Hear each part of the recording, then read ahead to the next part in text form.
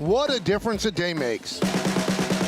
Coming into last night, the Yankees are on a 3-game skid. Yankee offense has been dormant during the 3-game losing streak, scoring just 6 runs. But the beautiful thing about baseball is that every day is a chance to start fresh. After falling behind early, the bats woke up and the Bombers are able to hold on for a 4-3 victory, and all is right in Yankee universe. See ya! A home run for Jazz Chisholm Jr. Aaron said, we need more, and he just got a little more. He loves the spotlight, let's put it that way. And putting it away is Bellinger, and the Yankees hold on and win 4-3. Yankees break their losing streak, and they even the series at a game apiece. Good win tonight. But tonight, they face a tall task as the back-to-back Cy Young Award winner, Tarik Skubal, takes the mound for the Tigers. Can the Yankees take down the Tigers ace and steal the series in Detroit? Find out next on Prime.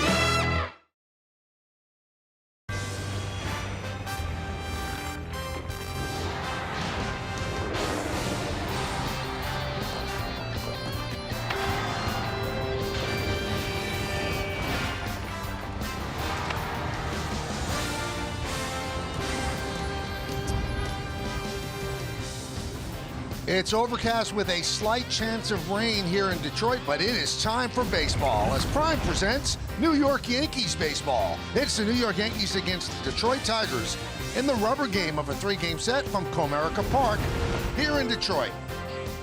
Hi, everybody, and welcome to Yankees baseball. Along with Joe Girardi, I'm Michael Kay. Yankees snapped their losing streak with a 4-3 victory last night. The big blow in the game came from the lollipop kid, Jazz Chisholm Jr. Well, Jazz has not had a ton of hits in the month of June, only 13, but 6 of them have been home runs in each of the last 3 series. This one off the White Sox, he hits a homer off of Richards on a fastball. Then he gets a high changeup off a louder versus Cincinnati. And last night was a really important one as he gets Casey Mize on the slider to put the Yankees up 3-2 in the 6th inning, and they never look back, and he still likes the lollipops. Well, let's combine stolen bases and home runs, and he's not too far off the pace. Bobby Wood Jr. combined 38, then Jazz at 35, tied with PCA and O'Neal Cruz.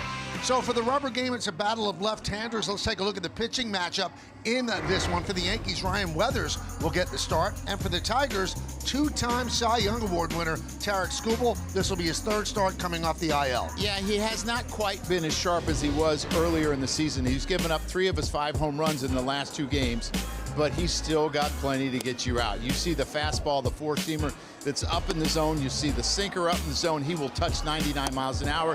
Has always had that great changeup, and he can throw it for a strike, and he can expand with it.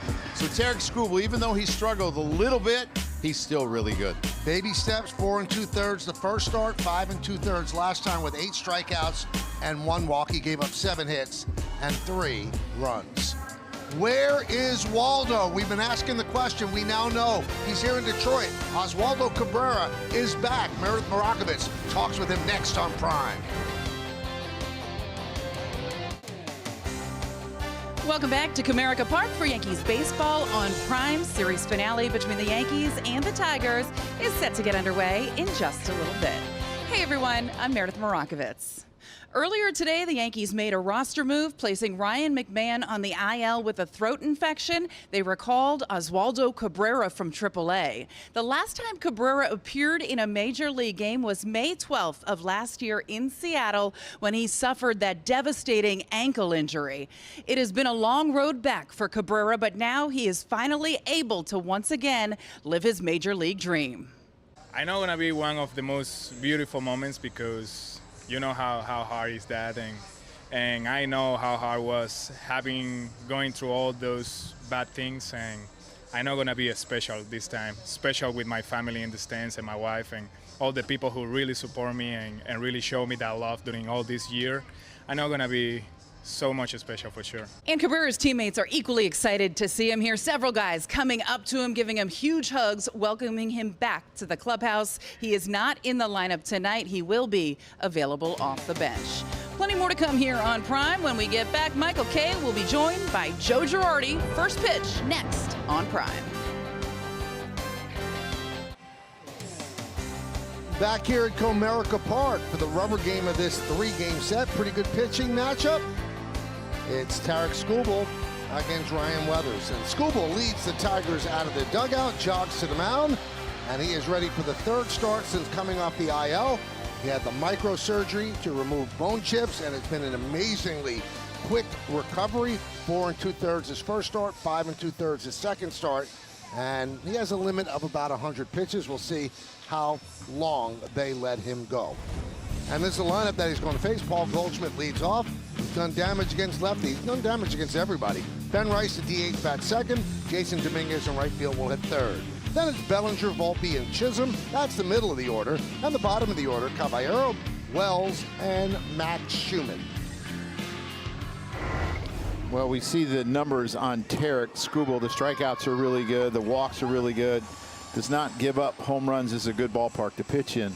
But let's take a look at the scouting report on Tarik Skubal. He's a medical marvel. Michael, you brought it up. He had surgery May 6th. He made his first start June 13th, 38 days later. Back to back to back? I don't know. He's won the Cy Young the last 2 years, 24 and 25, but there's a guy whose first name starts with C in that Yankee dugout that may have something to say about the third Cy Young. And how long? His form, his first 2 starts back, he has a 4.35 ERA. He's given up 2 home runs on changeups. He gave up 3 in all of last year. Is this the time that he gets back to the Tarik Skubal? Let's take a look at the defense behind him. Green, Vierling, and Malgiri in the outfield left to right. McGonigal, McKinstry, Lee, and Torkelson third to first. Jake Rogers gets to start behind the plate. Dylan Dingler is the DH. Yankees are 47 and 31. Goldschmidt's ready. Skubal's ready. And let's do it here in Detroit. First pitch outside. We are underway. Alan Porter is the crew chief. He's the home plate ump. Roberto Ortiz at first. Jim Wolf at second. Alex McKay is over third.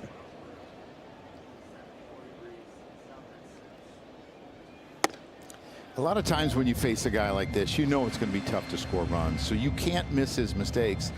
But the other thing you can do is get in some long accounts. If you can foul some balls off and make him really work, you get him out early. So quickly 3-0 on Goldschmidt.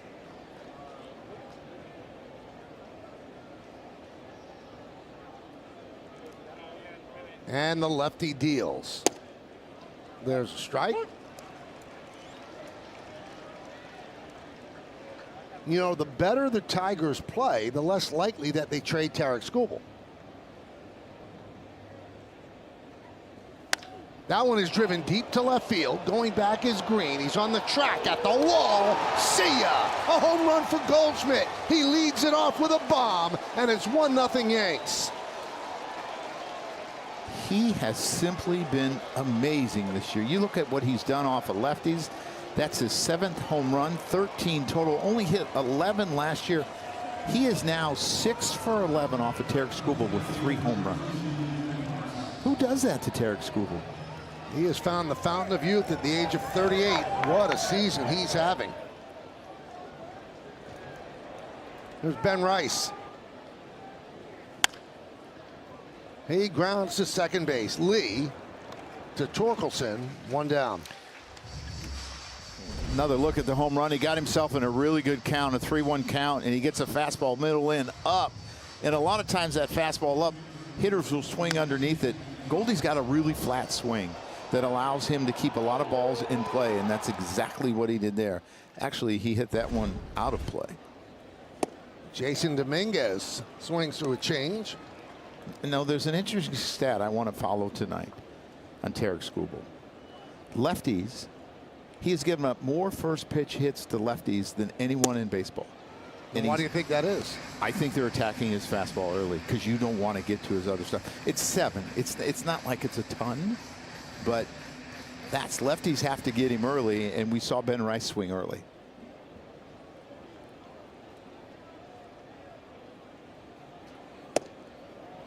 Check swing. He did not go, said Roberto Ortiz. So with that home run, lifetime against Detroit, and this is his 26th game playing against Detroit, he's 39 for 99. So let's round it up. He's hitting .390 against Detroit. No, I'm rounding up. That's 400.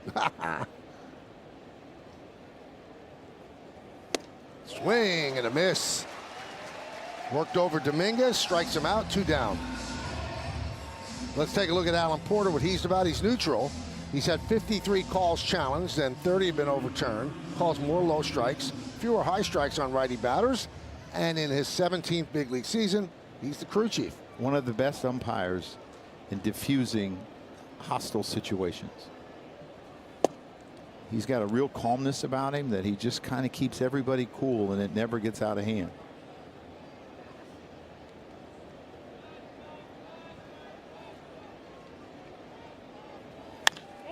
Ground ball, first base, backhanded by Torkelson, and he flips to Skubal, and that'll do it. But Paul Goldschmidt made himself known. Strides to the plate to start off the game and channels some Ricky Henderson, a leadoff home run. And when it lands, the Yankees have won. The Tigers coming to bat. Paul Goldschmidt's home run gives the Yankees a 1-0 lead, so Ryan Weathers will face this Tiger lineup on this rainy Wednesday. Kevin McGonigal leads off, last 9 games, hitting .294. Dylan Dingler's been on fire. The DH at second, Matt Bierling in center. This is their right-handed hitting line. Then it's Green, Torkelson, and Lee. That's the middle. And then Malgeri in his second big league game, McKinstry and Rogers. Yeah, you see the numbers, you see the innings. He's been really durable, takes the ball every 5th day. He gives them some distance, kept his walk rate down. But here's the scouting report on Ryan Weathers. Here's the good, Michael. He's 6th in the AL K rate at 27.2. Cam Schlittler is number 1. Here's the bad, his home run rate. It's up. It's at 1.7 per 9, the 3rd highest in baseball. And the ugly, the poor guy gets no run support, and that's why his record is 2.5, 2-5. He gets only 3.12 runs per 9 innings, where the rest of the Yankees get 5.81. Well, Goldschmidt said, I'll take care of that. Well, he's got 1. Yeah. Go get him. The 1-0 to McGonigal. Foul back. Take a look at the defense behind Weathers. You've got Bellinger, Schumann, and Dominguez left to right. In the outfield, Caballero, Volpe, Chisholm, and Goldschmidt. Wells behind the plate. Ben Rice, the DH. Swing and a miss. 1-2. And when you look at that run support, that's the 3rd lowest in baseball, 3.12. Tigers 34 and 45. Their 4-game winning streak was snapped last night. They're in the middle of a long homestand, 10-game homestand.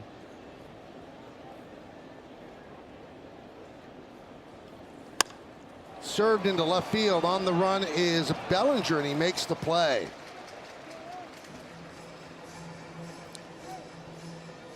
There's 2 things when you look at that play that stand out to me. Is McGonigal can hit, and lefties it doesn't matter. And Bellinger can play some defense. He got a great jump. I mean, he made that catch easy, and that's not so easy. He just glides to the ball. He reads balls as well as anyone that I've seen when it comes to playing in the outfield. And made a big-time throw yesterday, get a runner at home plate. That was a big play in the game. In fact, the Yankees played really tight defense yesterday. That play by Bellinger, the double play on the shoestring catch by Dominguez, and then the hot line drive back to Rodon that he turned into a double play. Yeah, and their defense is going to have to be good with missing some of their big boppers. Michael, that's my favorite pitch of his, the sweeper. It is outstanding. Hitters just don't pick it up. It's almost like if you're looking from his perspective, it goes on the outside corner and then it just makes an abrupt right turn. Take a look at his arsenal on StatCast 3D by Google Cloud. Yeah, he's got the 4-seamer, the changeup, the sweeper, sinker, and the slider. He's starting to use the slider more, and he's had a lot of success. If you combine his sweeper and changeup, hitters are only sweeper and slider. Hitters are only hitting 158 with no slug. See the slug really low, 250. His off speed is really good when you combine the breaking ball and the changeup. Saw his dad, David, when we were leaving the ballpark yesterday. He's in town to watch his son pitch tonight. Well, how fitting. His nickname was Stormy, and it's a little rainy here today.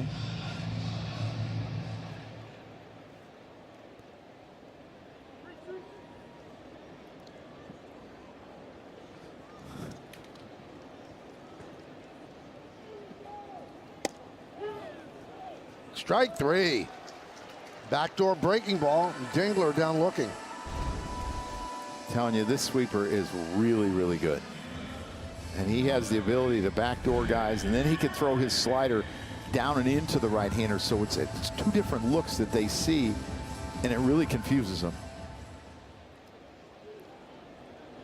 Here's Matt Bierling. 2 outs. Nobody on in the bottom of the first. Yankees lead 1-0 on the Goldschmidt home run. Served into right field. Dominguez backs up, reaches up, makes the play, and that'll do it as Weathers works a 1-2-3 inning. We go to the second. Yankees 1, Tigers nothing. Well, tomorrow it's the WNBA on Prime. Join us as the Los Angeles Sparks take on the Toronto Tempo. Don't miss the WNBA on Prime tomorrow at 6:30 Eastern. Anthony Volpe leads off the second inning, and he'll take a strike.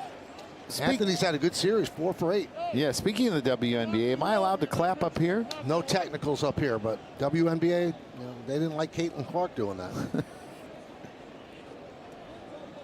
And they had a chance to rescind it, and they doubled down. They said, nope.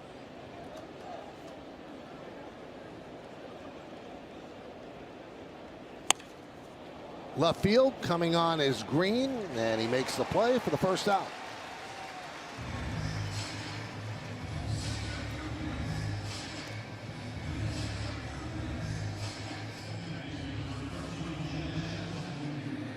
And here's Jazz Chisholm Jr. So Jazz having the lollipop in his mouth in the 5th inning of game 1, it was treated as if he committed a crime. Now, it was addressed with Boone. But then after he hit the home run, his teammates told him to hold up the canister of blow pops. And then when he walked in to the clubhouse, his teammates were playing Lollipop by Lil Wayne. So I guess it's not all that serious. It's just Jazz being Jazz. Joe Torre always said, I'll allow you to be you until it becomes detrimental to the team. And there were some cast characters on those teams in the 90s. Michael, I'm just surprised you knew Lil Wayne Lollipop. That's amazing. Of course, very hip. Another note from yesterday, Michael, after he did his interview on the field, he walked over to some fans that were here. As you see Jazz go deep right there, no doubter, 403 feet. And then, of course, the lollipops got to show him. The reason he did that, Michael, he said it was because people that were right by the on-deck circle there were saying, where's your lollipop? What are you going to do without your lollipop? So it was kind of getting to him. He said he thinks he plays a little better when he has a little bit of an edge to him and when he's a little annoyed. So he went out there, he connected, and then he made sure to let people know about that. But then after the interview, as I was saying, there was a fan who handed him a hat, and it had all of these kind of jewels on it, a little bit bedazzled. Then he walked into the clubhouse today wearing that hat. He said he loves it. That's Jazz being Jazz. Always entertaining, Michael. New day, new thing with Jazz. 2-2 count on Chisholm.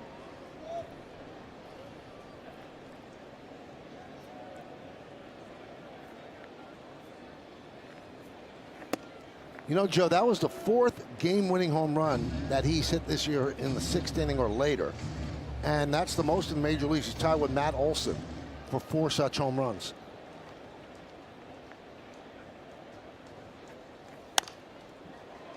That's a home run in a silo as Rogers camps underneath it, makes the play. Michael, I'm a little surprised you know what a silo is. You know what, Joe? I do get out from the Bronx. I mean, you were born in the Bronx. I haven't seen many silos in the Bronx. I do some reading, That's how I know Lil Wayne and silos. When is he going to get his endorsement deal with lollipops? It's going to happen soon, I bet. Of course. We keep talking about it. Here's Jose Caballero. 1-0. My recommendation to Jose tonight is don't hit a ball off your foot or your calf tonight. He did that enough yesterday.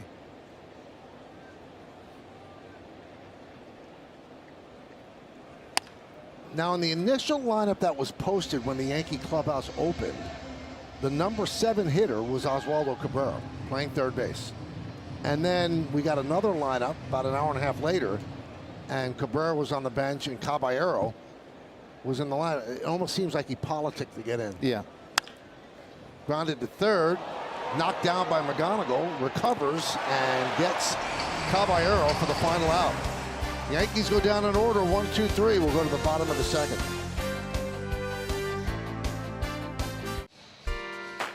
Make your favorite players all-stars. Scan the QR code to cast your 2026 Konami eBaseball MLB All-Star Ballot daily, or visit MLB.com/vote. Bellinger's doing well. Rice is second at first base by a lot over Vlad, which doesn't seem fair. He's having a better year than Vlad, but we'll see how it fleshes out. There's Riley Green against Ryan Weathers.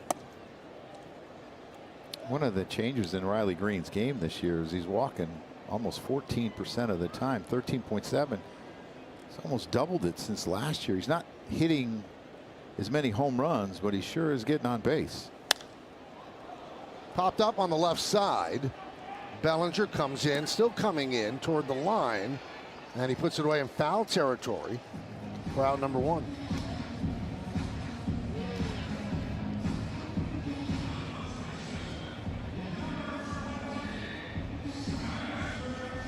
That brings up Spencer Torkelson.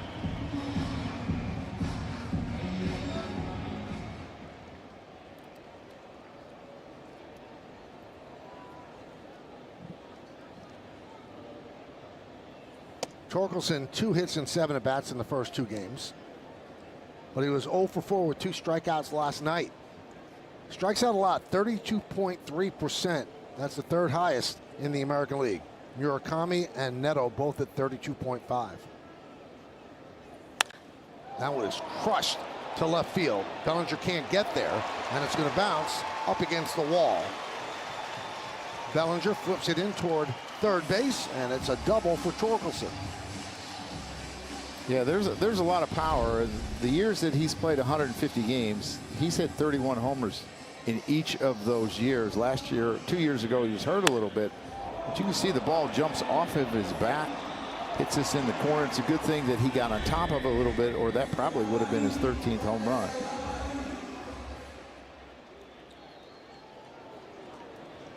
Here's Hu-Yu Lee. Aggressive hitter here, Michael. I don't think you have to throw him a ton of strikes.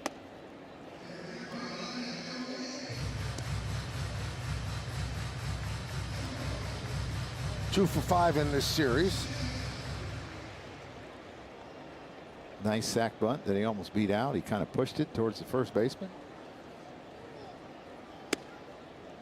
Backdoor breaking ball misses.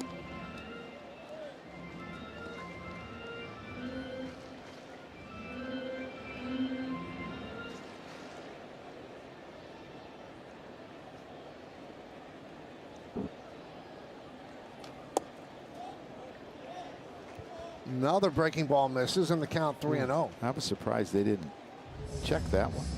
That one looked like it was pretty good to me.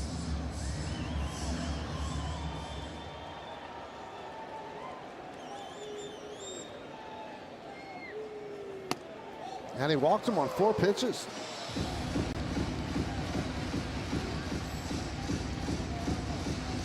And here's the youngster, Ben Malgieri. First pitch he saw in the big leagues, he lined to right field for a base hit. He had 2 hits yesterday, his first big league game. Another lefty on the mound, so he's in there again.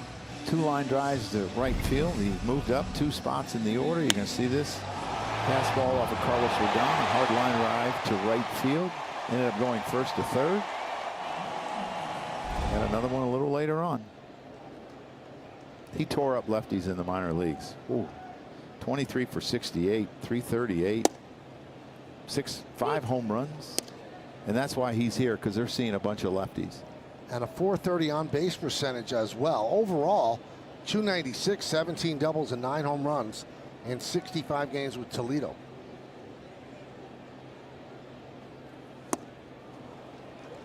Swings over the changeup, 0-2.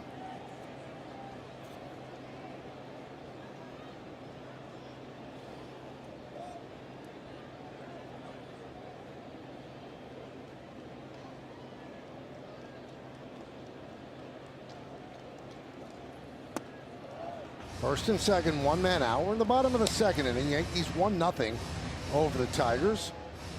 Goldschmidt led off with a home run for the Yanks.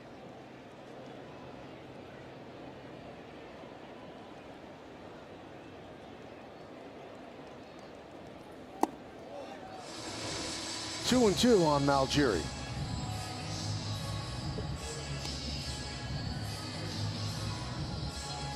Pretty good pitch recognition on this young hitter who hasn't seen Weathers very much, and swung and missed it. The second pitch was a changeup. He didn't bite after the next two.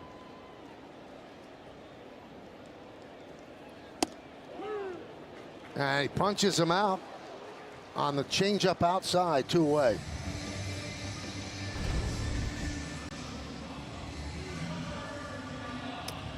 Good job by Austin Wells. Really a good framer. He actually gets him a little bit there. I think the kid didn't challenge because he's a kid. Second big league. Yeah, I guarantee if it was in AAA, he would have challenged it, being 26 years old. Here's McKinstry.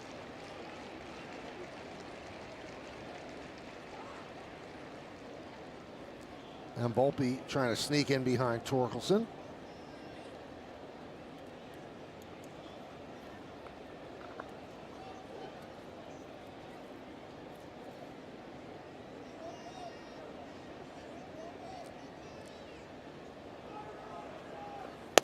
Pitch upstairs. Well, he took that right down to the last second. I was looking at the clock. It was like at 2, and he hadn't started his windup. Seemed to be a little confusion on what they wanted to throw him the first pitch. See Volpe listening to the pitch selection so he can anticipate which way he's going to go if the ball's hit. 1-1.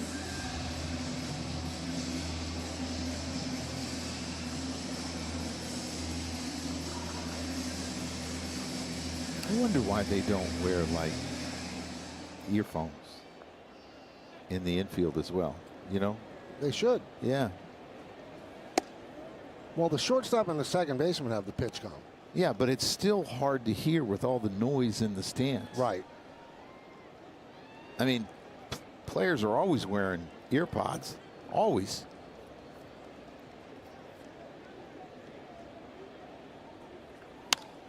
That one is looped over the leaping try of Volpe into center field. Torkelson will score.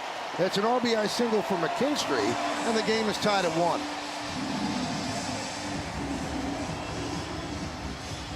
Yeah, since starting the year 0 for 17 off of left-handers, he's had hits in back-to-back nights. One off of Carlos, and he just pulls his hands in, is able to hit a little line drive over Volpe. It had some spin to it. He's just not able to get it. And the Tigers tie it up 1-1.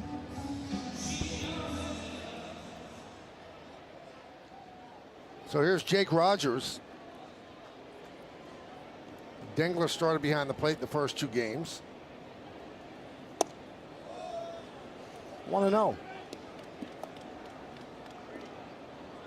You go back to 2023, this young man hit 21 homers and 331 at bats. There's some thump in this bat. I know he's hit 9th because he's struggling, but there's some thump.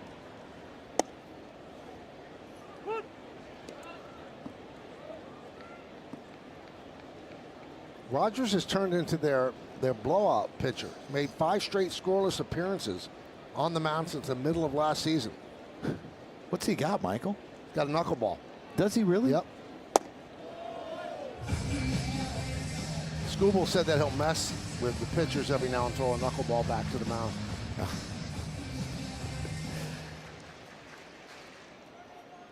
For some reason, I don't think he would do it to Justin Verlander. Probably not.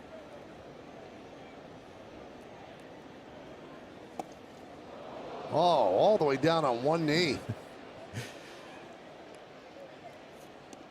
Hitting coaches will tell you want that back knee to go down towards the ground so you can get the ball in the air, but that was a little excessive.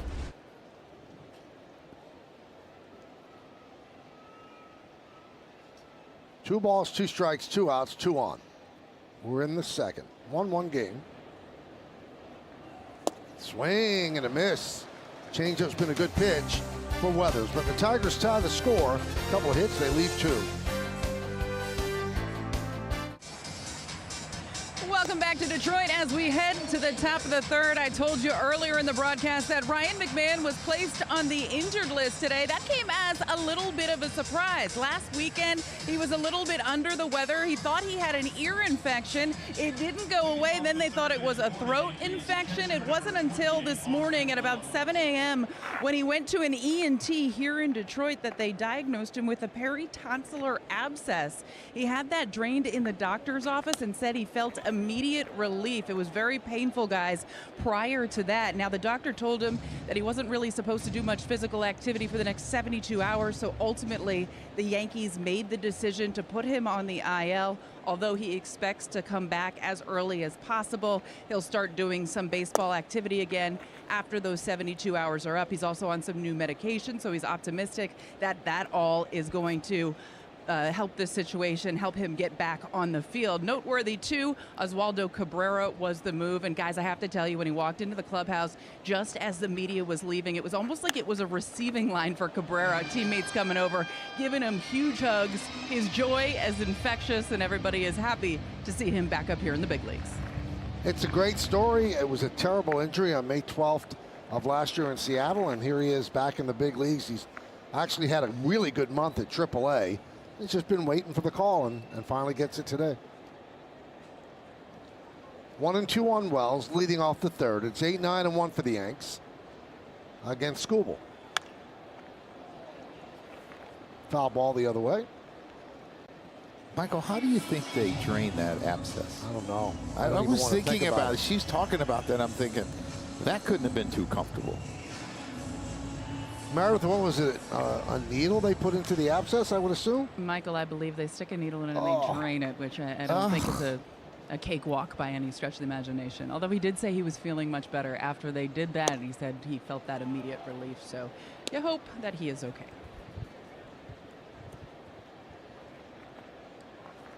Also, the Yankees are facing a lot of lefties coming up, and it makes sense since he's going to be shut down for a couple of days.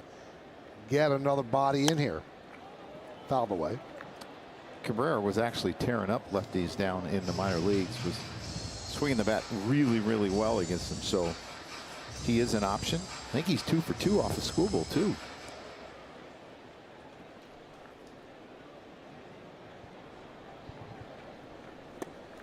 Swing and a miss. Wells down on strikes. Yeah, he has that good curveball that he doesn't use a lot, but you see the depth to it. And you think about the fastballs he's throwing him, the changeups, and it's not a pitch that you expect, but he gets it, and it's a strike 3. I mean, he's just got so many weapons. He only throws that pitch about 3% of the time. So as a hitter, you're putting that out of your mind. So when he throws it, it surprises you.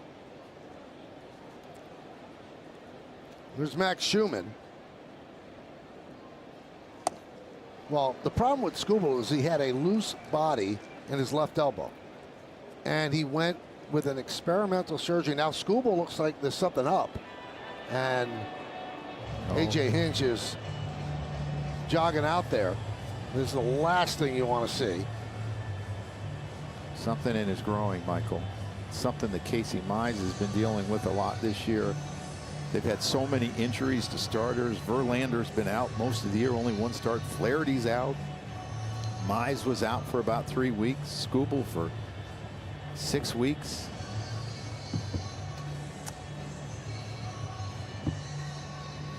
As a team, they are 5th in the most IL days of any major league club. Last thing you want is to have him pitch compromised and then maybe hurt his arm.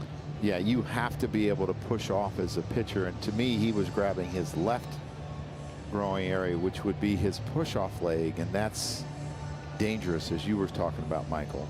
It's a good way to hurt your arm if you can't push off the rubber.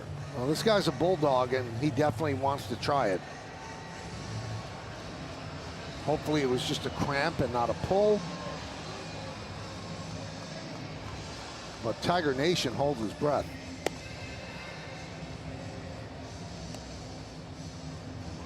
They're going to let him stay in.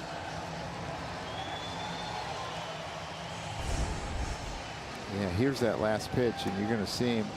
Ooh, ooh. Something there, kind of grab. See him kind of pushing off a little bit. This will be interesting to see if he makes it through this game. He gives the thumbs up after one pitch, but it was not 100% effort.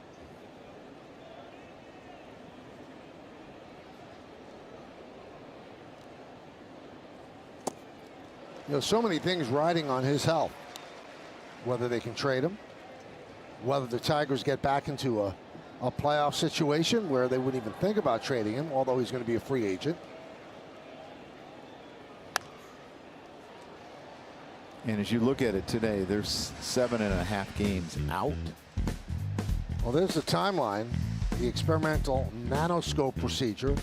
May 18th, first bullpen. June 7th, first rehab start. June 13th, first big league start. Club to left field deep, Green back. He's on the track and he makes a play. Now the nano needle is a toothpick-sized, minimally invasive instrument that impacts less tissue and causes less swelling.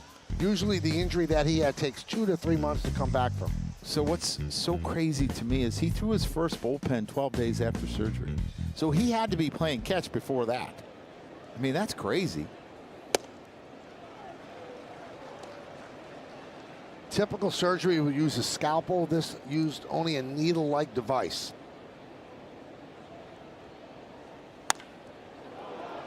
Another long drive to left field. Looking up is Green. See ya! Another home run for Goldschmidt. And the Yankees lead 2-1. Do you think about just walking him the next time, no matter what the situation is? Because he's the only guy really doing much damage and has done much damage off of you.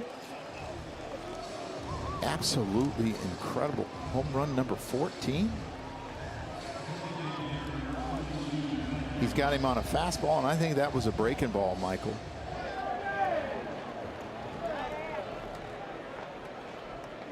Wow, 4 home runs, 7 for 12 against one of the best pitchers in the game. Won the last 2 American League Cy Youngs. Take a look at this. Looks like it's a curveball. The same one he threw to Austin Wells, but a whole different result. Squib foul. It has not been a great series for Ben Rice. He's 0 for 10. That's over the a longer stretch, 2 for 19. That's the kind of hit you need right there, too. Right. Yeah, it just makes you feel better about yourself. 1-1. 1-2. So Skubal back-to-back Cy Youngs, back-to-back ERA titles, back-to-back All-Star nods.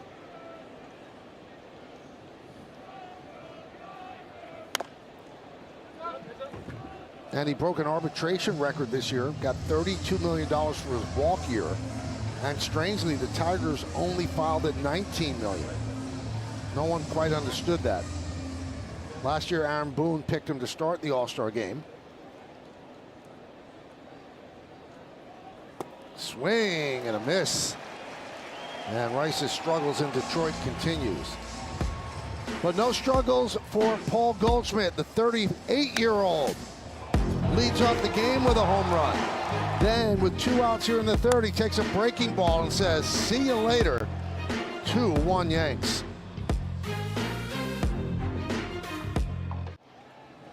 Paul Goldschmidt 2, the Tigers 1 as we start the bottom of the third.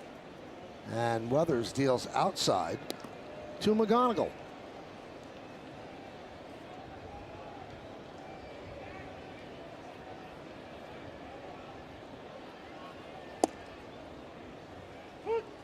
Strike. Can you imagine having 4 home runs off a back-to-back Cy Young guy? It's amazing. And it's not like he has 50 at-bats. It's only 12.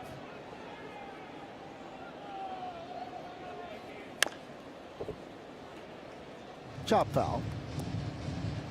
I used to have a manager, Jim Essien, talk about when you're facing lefties and you have a good breaking ball like Weathers does. Start him with a breaking ball, finish him with a breaking ball.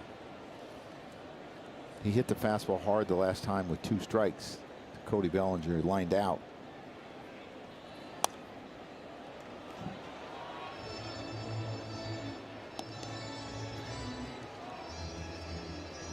McGonigal 2 for 10 in this series. Top of the order for the Tigers against Ryan Weathers.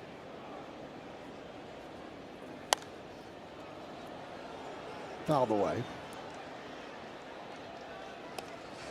Now these are the Tiger uniforms I like, Joe. The Old English D. These are the ones that Al Kaline wore, Hank Greenberg. What we saw on Monday was a little odd. Do you like them with the white shoes or the black shoes? Black shoes. You do? Yeah. Swing and a miss. McGonigal down on strikes. I think I kind of like the white shoes.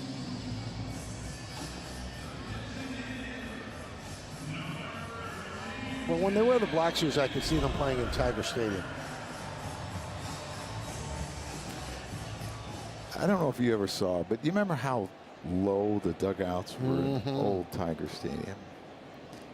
Well, your good friend. Grounded to short. Your good friend, Paul O'Neill, when he would get frustrated, would sit down on the bench and put his feet in the air and kick the top of the dugout, which was concrete. Right. Sparks would fly everywhere. It was absolutely hilarious. Wow.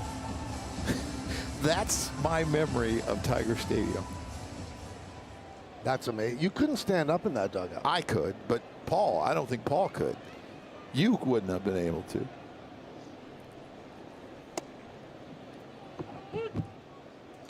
Oh and 1.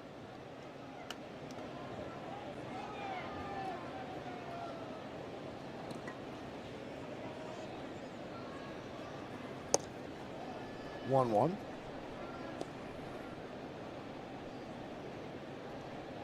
Tigers started the season 14-12. Then the bottom fell out with all of the injuries. They're 20-33 since. And that includes, Joe, the 12-7 run that they're on now. Yeah, they were 6-22 in the month of May and could not score a run. They were scoring under 3 runs or less. Gleyber Torres was out. Carpenter was out. Baez was out. Dingler was not hitting like he is right now in the month of June. They couldn't score runs. There's a base hit up the middle for Matt Vierling. Schumann will get the ball in quickly. So a 2-out single for Vierling, and that'll bring up Green. It's a breaking ball out over the plate. It might have been a changeup that cut. And he left it up, and that's why he was able to hit it. He will chase below the zone, but he left it up. And McGonigal wasn't as good in the month of May. He only hit about .235 in the month of May.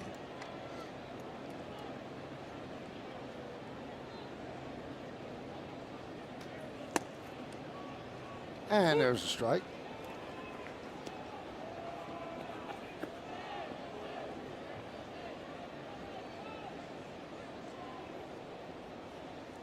Vierling leads off first.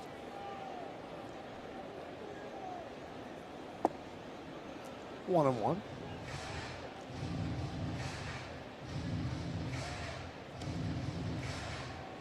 Green 1 for 5 in the series so far.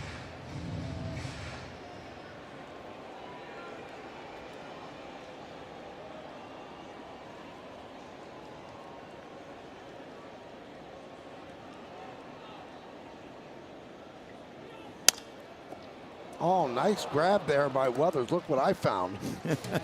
And he gets Green for the final out. We'll go to the 4th.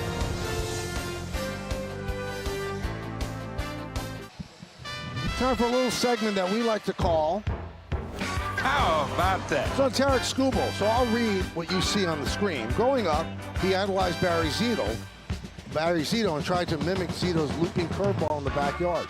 Before every start, he drinks an iced Americano, often with extra espresso, completes a daily crossword. At coffee shops, he uses the name Jack because baristas often struggle with Tarek. How about that? Looks like he's okay. Comes back out to pitch the 4th. It'll be Dominguez, Bellinger, and Volpe.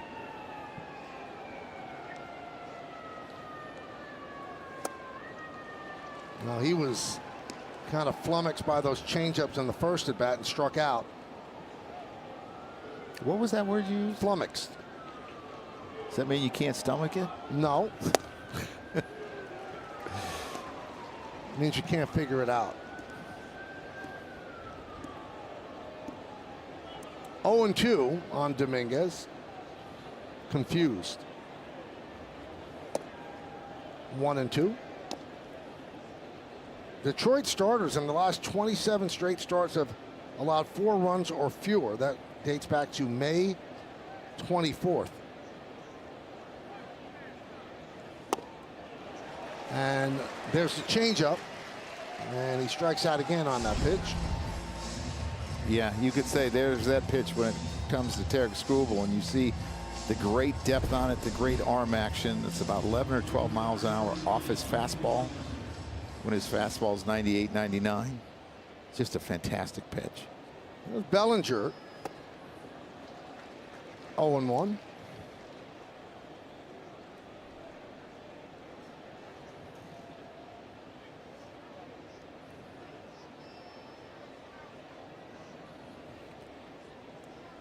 How good is this changeup? Look at those numbers. High strikeout rate, 38.5%. The opponent average, the slug is really, really low.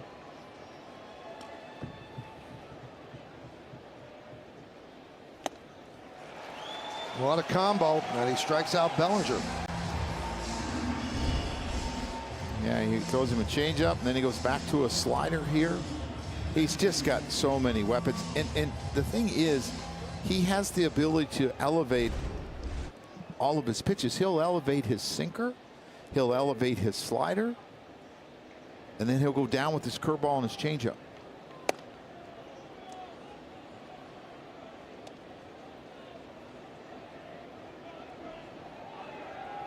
Skubal's 29 years old.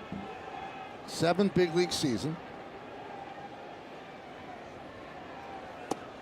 And he's had some problems with his arm before. Had Tommy John surgery in college in 2017. Flexor tendon surgery in 2022. And then the loose bodies. Grounded to short. McKinstry. And Skubal retires the Yankees in order. We'll go to the bottom of the 4th.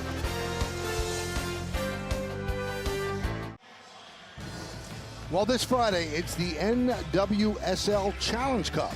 Gotham FC takes on the Kansas City Current in a can't-miss matchup at 8 p.m. Eastern this Friday, only on Prime.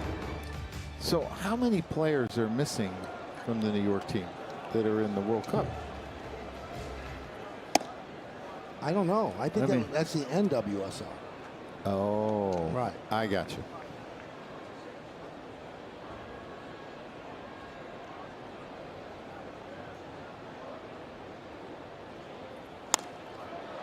Driven to left field. Will it stay fair? No, it hooks foul.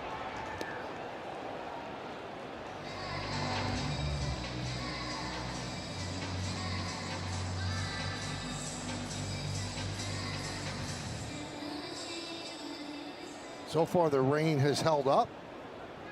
There was some thought that these two teams would have to play through it.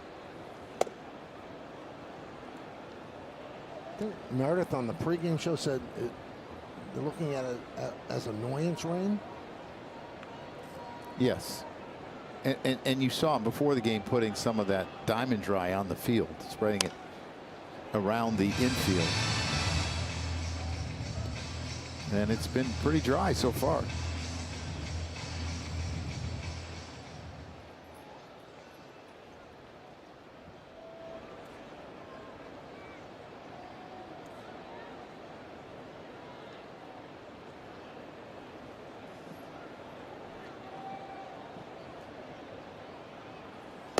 That drying agent, Joe, it's like other agents. You know, it soaks up about 10%.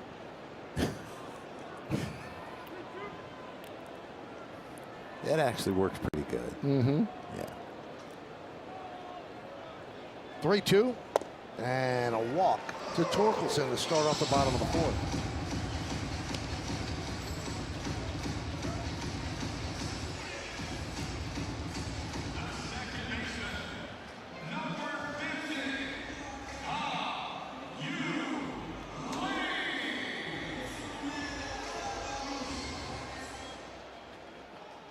And here is Hao-Yu Lee. He walked in the second. Pitch outside from Weathers.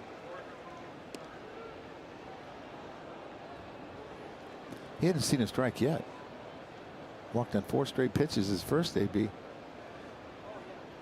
I called him an aggressive hitter. He hadn't swung yet.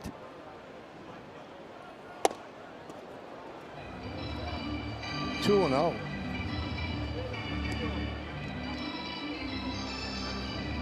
One of the things that the Yankees have done with Weathers, and they felt that they could do it, they've kept him in turn. They've kept him, knock on wood, healthy, and he's always been knocked back a little bit by injuries that shorten seasons, and so far it has worked out, and he's been a horse in that rotation. Yeah, and some of them have been weird injuries, like a ball hit off his middle finger and it irritated the tendon. I mean, just weird injuries. He's got a great arm. I know that. Joe, you mentioned that injury to his finger. I asked him about it this spring training, and he said when he originally did it, he was told that essentially is an injury that only rock climbers get. And he's thinking to himself, how in the world am I the one that gets this playing baseball? Wasn't it a throw from the catcher that did it? He tried to grab it bare hand. Swings on 3-0 and laces it in the right field for base hit. Booted by Dominguez. And that'll allow each runner to move up a base. So it's a single and an E9. Tigers second and third, nobody out. Well, when you run hard, like Torkelson was, you put pressure on the outfielder to try to get to it quickly and make a throw to third, and it just gets on top of Dominguez in right field. He misses it. He gets a short hop and he misses it, and it allows them to pick up a couple extra bases. Well, the Yankees going to play the infield back at short and second. Here's Malgiri.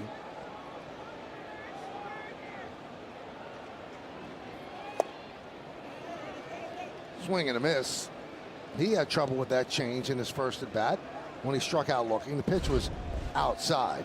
Yeah, and here's the boot by Jason Dominguez. We know he's got a good arm, but you see Torkelson. Torkelson's running hard. And I think if he comes up with that ball, he throws him out at third base if he goes. But he wasn't able to come up with it. Quickly 0-2 on Malgiri.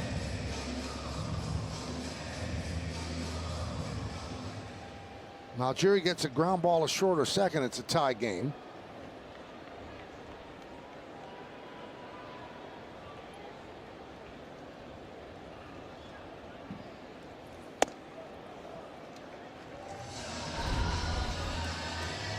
You see Torkelson shuffle, shuffle, go, go, and he's going hard, and he's thinking about, oh, then he sees him booting. But the thing is, he's running hard to second. He's not assuming that he's not going to third. He kept the pressure on him in as long as he could, and if he would have come up with it, he probably wouldn't have went.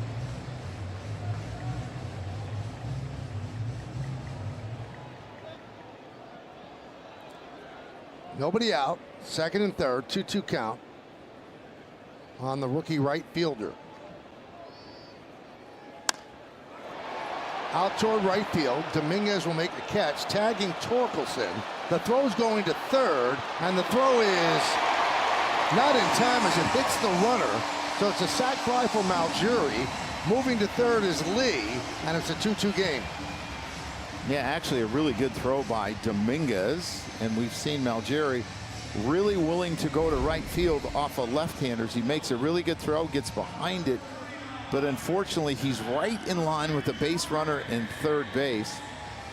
He's got him if it bounces directly to the third baseman, but it gets caught up in the runner. As you can see, it hit right there. He's got him by a long ways. I mean, that's a good, strong throw by Dominguez. It's unfortunate he's just right in line and there's nothing that he can do.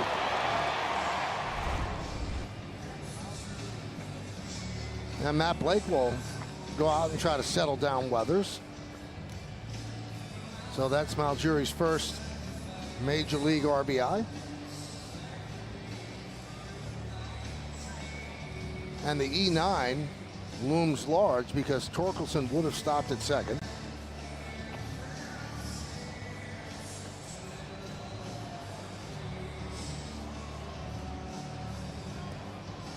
Yeah, there would be one out with runners on first and second. No runs in. He's got to go for the strikeout here. Zach McKinstry beat him on a fastball middle in the last at bat. He's got to get a strikeout. He's got to somehow get ahead of him and put him away with a good breaking ball.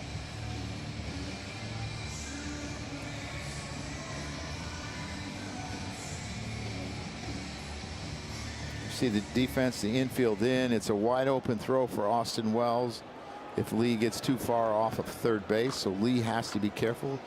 You see him in fair territory. He should get in foul territory to start. You got to worry about the squeeze here too. And a strike. I mean, you're taught to start in foul territory to come back in fair. He's starting in fair territory. So if the ball hits him, he's out. He didn't get the memo, Michael. 0-2. Yeah, that's quite unusual. Yes, it is. I don't know that I've seen it. And maybe he's just thinking McKinstry's, there's no way he's hitting the ball down the line. Infield in. 2-2 game.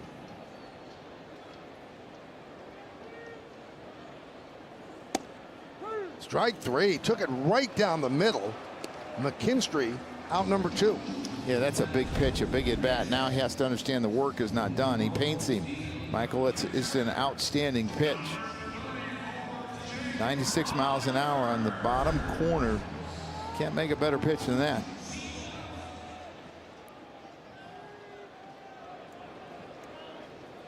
Here's the catcher, Jake Rogers.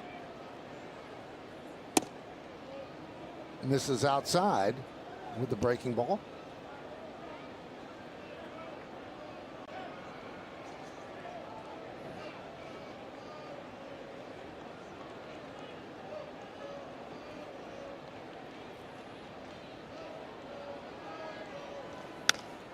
High fly ball right field. On the run is Dominguez, and he makes the play on the warning track for the final out. But the Tigers tie the score, 1 run, 1 hit, and 1 error.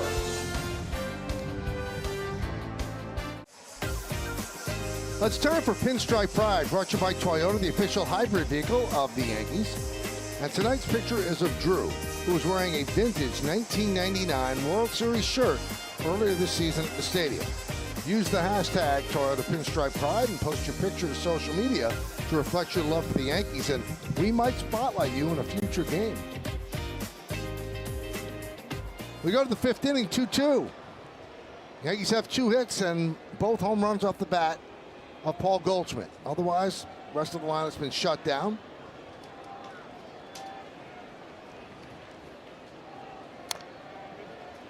Jazz fouls it off as we start the 5th.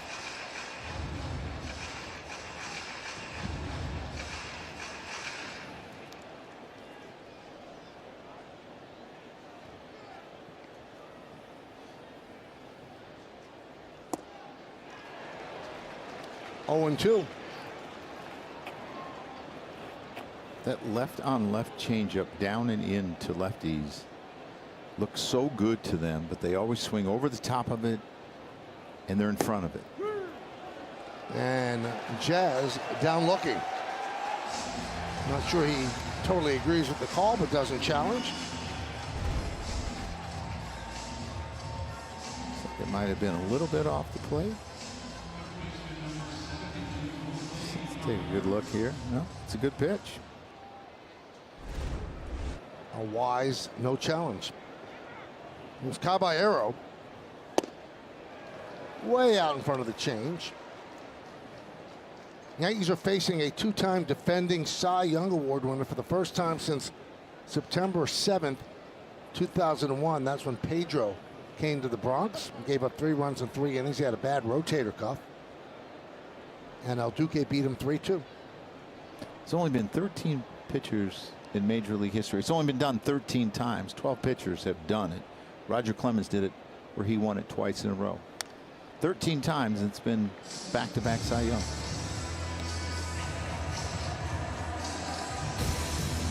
Here's the Tigers' all-time Cy Young winners. Danny McClain did it back-to-back. Willie Hernandez out of the bullpen. Verlander, Scherzer.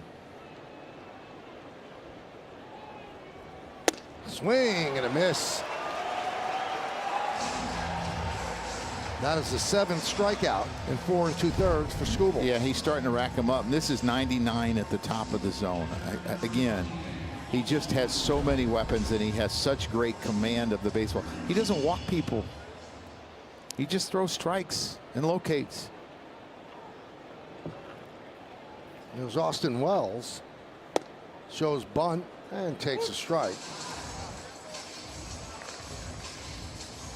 Other than Goldschmidt's home runs, no one has been on base, so he's never worked out of the stretch. Ground ball, grabbed by Lee, and another 1-2-3 inning for Skubal as the Yankees go down in order.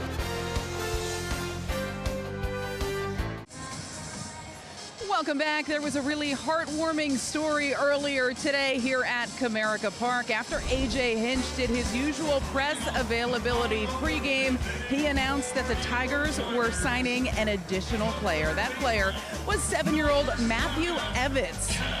He is a Make-A-Wish kid for today that his dream was to be a Detroit Tiger. So they signed him to a 1-day contract, handed him a jersey. As you saw, he went out and warmed up a little bit with Tarek Skubal. He threw out the first pitch. It's all he ever wanted and was having a blast throughout the course of the day. Michael, how great a story is that for 7-year-old Matthew Evans? It's amazing, and it's amazing the work that Make-A-Wish does all over this country. It's just incredible. The dreams they make come true. Selfless people that work for Make-A-Wish. Top of the order for the Tigers against Weathers. 1-1 count on McGonigal.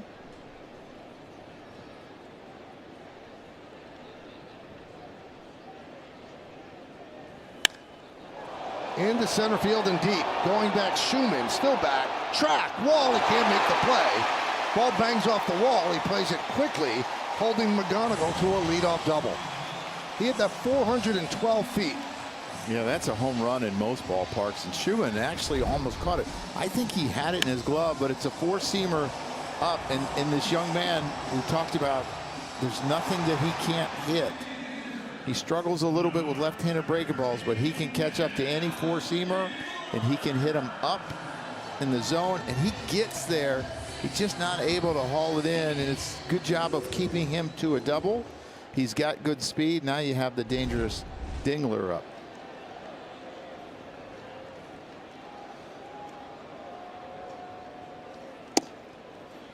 And a strike on the breaking ball. Dingler's another hitter that's not afraid to use that hole between first and second late in the count. Right back to Weathers. McGonigal goes for third, and he is out. That was not great base running by the 21-year-old. And he gets thrown out by Weathers. And I'm not so sure if he doesn't stay on the bag that he's not safe, because the tag is high. He comes off the bag, and then he calls him out. I think he thinks he might be safe here, and he doesn't call him out. And then once he comes off the bag, because he slides so late, Caballero's able to put the tag on him and get him out. Big out for Weathers. Runner out of scoring position. Here's Vierling. A strike. You don't see that every day. A fielder's choice 1-5.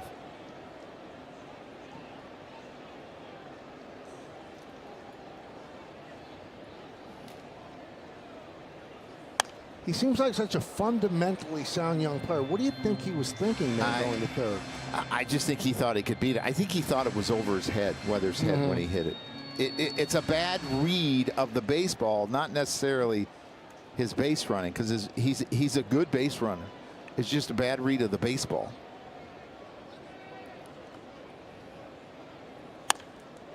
That one is wrapped into left center field. On the run is Schumann, and he dives to make the play. He's trying to get two, but getting back is Dingler. And the other thing that I was a little bit surprised at, and this is a great play by Max Schumann. I mean, he's covering some ground in the outfield. He's a plus defender, it seems, wherever you put him, and he tries to get the double play, but you're not going to get Dingler. He didn't get off far enough. Should McGonigal have been on third, or at least made it even a closer, in a sense, on the ball he hit the center field.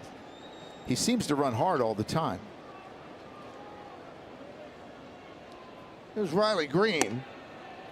And a strike. We're in the bottom of the 5th inning. It's 2-2.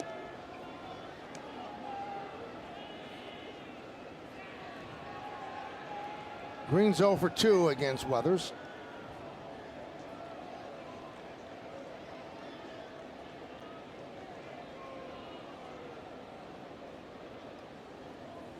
Weathers really works the clock. Yeah, and here's McGonigal on the box on that double. He hits to center field. I think he thought he got it a little. He's not running as hard as he can, and that's something that's unusual for him. He hit that ball a long ways. Remember, this is a big ballpark. This is not a home run ballpark. It's really the first mistake we've seen him make. I mean, he's made really good decisions, baseball decisions, so far in this series. And my guess is he went to third because he was frustrated he wasn't there before.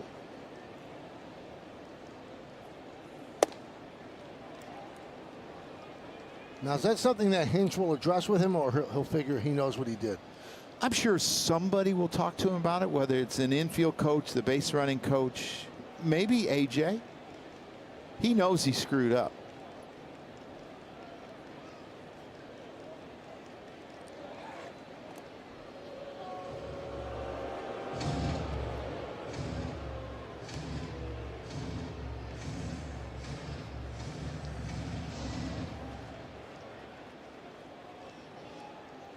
Two and two, runner on first, 2 outs. 2-2 game, bottom of the 5th.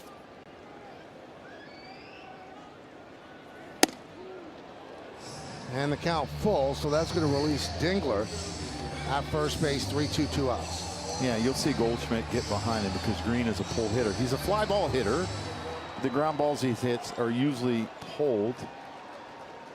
And Dingler can't leave too quick because of the lefty on the mound. Driven into right center field on the run as Schumann dives, and he makes a play. Max Schumann putting on a show and bailing out Weathers. Now time for Discipline That Delivers, brought to you by Vanguard. Well, these are 2 fine catches out of Max Schumann. His first start in center field. 2 diving catches, and he almost made a third on the ball that McGonigal hit. I mean, he can play some center field.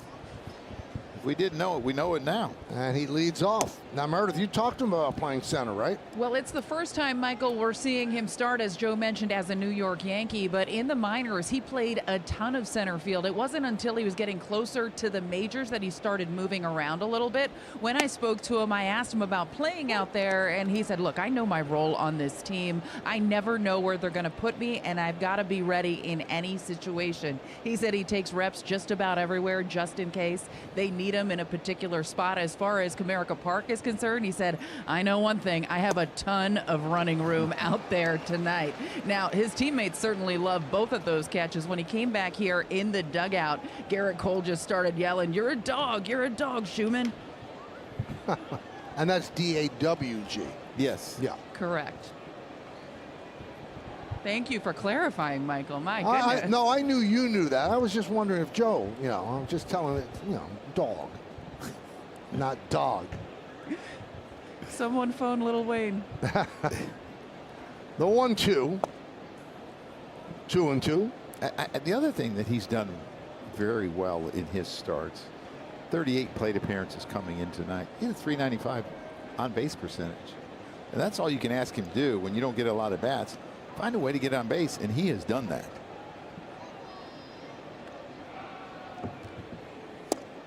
And there's strike 3. I know, Joe, you're a catcher.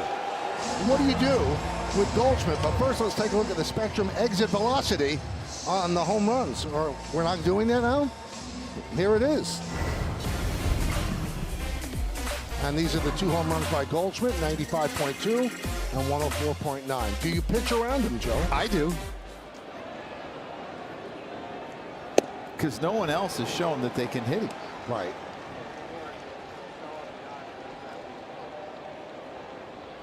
But I know Skubal's not going to. He's going to go right at him. This two-time Cy Young Award winner. Triple Crown winner, which is first in wins, first in ERA, and first in Ks in 2024. So he's special.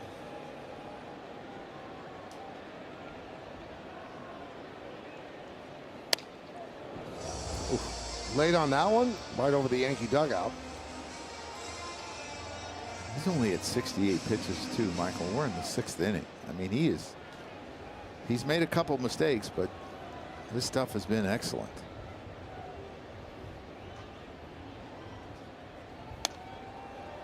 Foul back.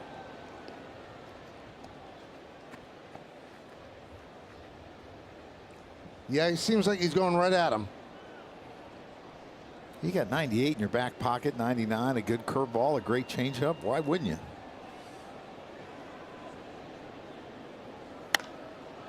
This guy down the right field line, but foul. Well, other than the 2 Goldschmidt home runs, he's been perfect. 8 strikeouts, no walks, no other base runners. Has not pitched out of the stretch the entire game.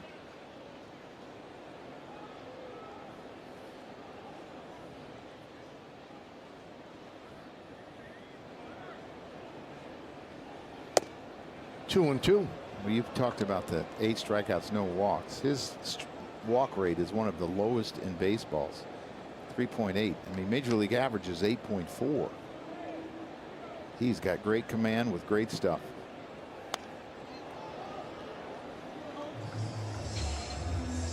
Goldschmidt now 14 home runs and 39 runs batted in. We keep talking about Rice and Bellinger. Goldschmidt should be in play for the All-Star team too. I absolutely agree. The 2-2. And that's going to be challenged by Rogers. It's called the ball. Challenging the ball call. By Alan Porter, but they're going to challenge, see if it's strike 3. No, it's not. And he looked a little hesitant to do it. I mean, this Call is confirmed. Detroit has 1 remaining. the second 3-ball count that Goldschmidt has got him to, and he hasn't even gotten to 3-ball counts.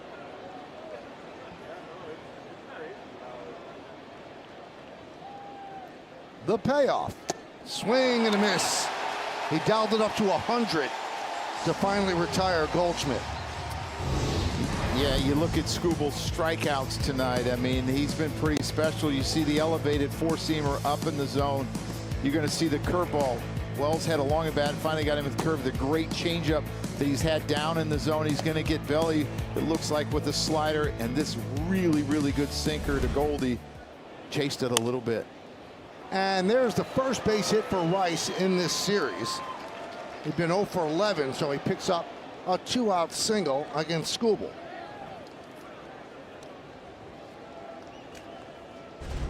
And Rice has battled him tonight. You see, this is a fastball out over the plate. And I talked about Tarek Skubal giving up more leadoff first pitch singles to left-handed hitters than anyone in baseball. There's one right there. Here's Dominguez. He has struck out twice against Skubal. And there's a strike. Well, Michael, it's the first time he's been in the stretch. His stuff didn't really fall off right there, 97. He has victimized Dominguez with changeups. That time he starts him off at 97. There it is again. The Back perfect to the change. Yeah. And the other thing is he locates it so well. It's got that depth at the end, a little bit of run, but it's in the down and away quadrant.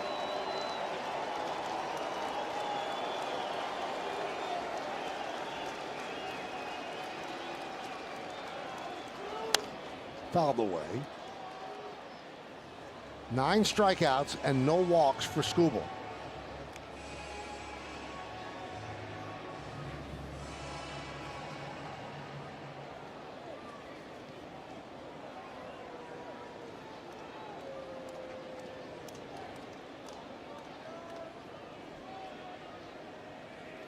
Every Yankee hitter in the lineup has whiffed except for Volpe.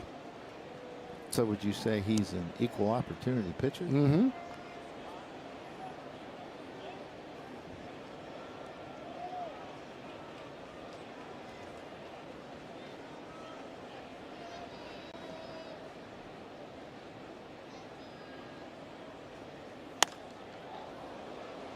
Foul ball, right field.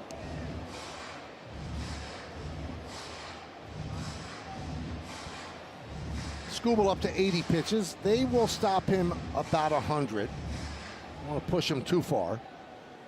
But that's pretty much for everybody now. Yes. So he's a full-fledged starter at this point.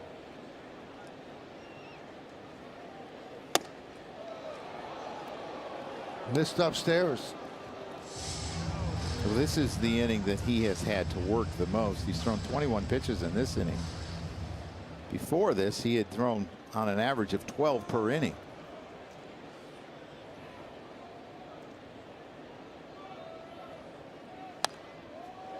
Fouled away.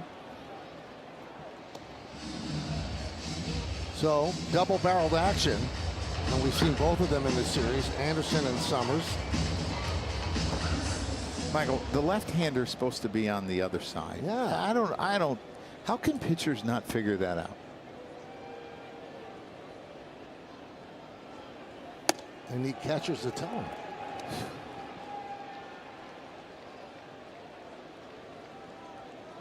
That's going to release Rice at first. 3-2. 2 outs here. Top of the 6th inning. 2-2 game.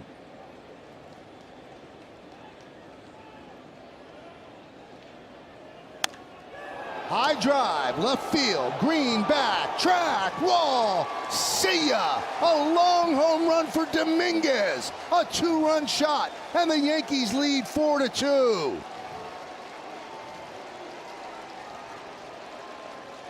Wow, what a good at bat by Dominguez, laying off some tough fastballs up in the zone.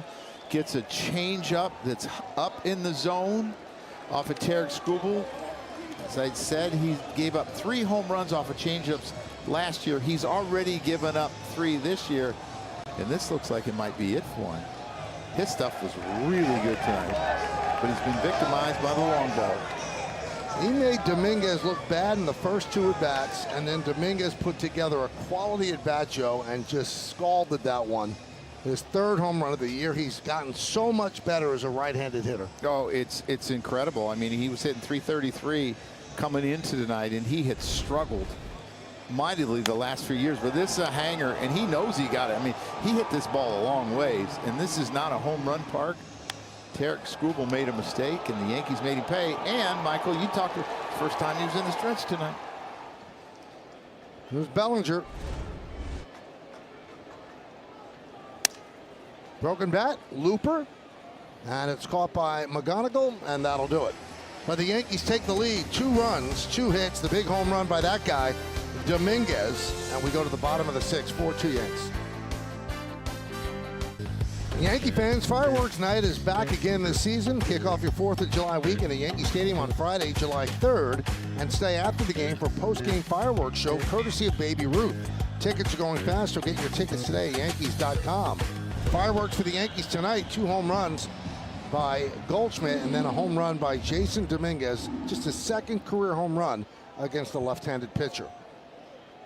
So the Yankees have given Weathers the lead, and he'll deal with Torkelson. Yeah, here's the swing by Dominguez. He stays back on this changeup, and that's the old helicopter, the Freddie McGriff swing right there, Michael. Knows he has it, can jog around the bases.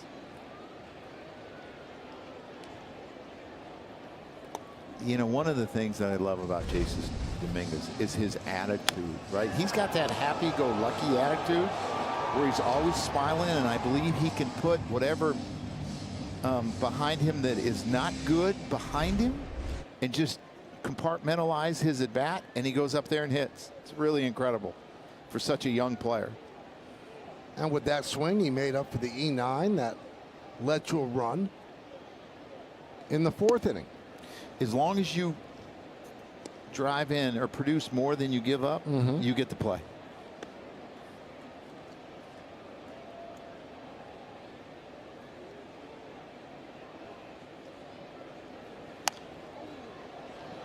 Fouled away. That'll make the seats.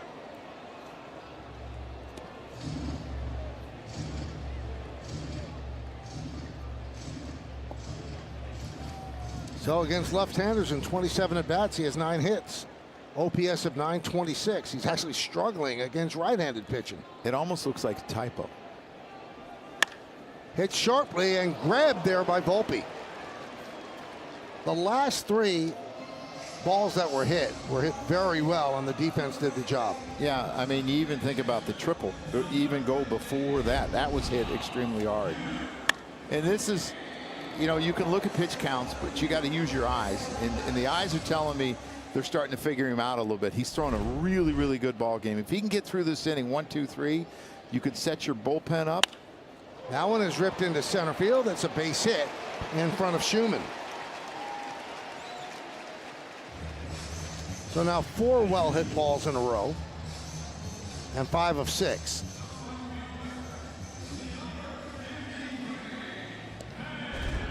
I think in facing Malgeri here, you look at this, it's a pretty good breaking ball he hits. I mean, Lee has really been much better since he's come up the last 10 days. He was up for about 30 games. Gleyber Torres came back. He got hurt again. He came back up. He's hitting over 350 since he's come back. Malgeri fouls it back.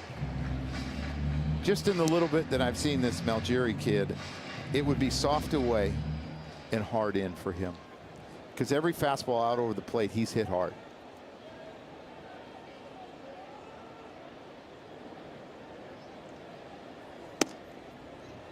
One and one.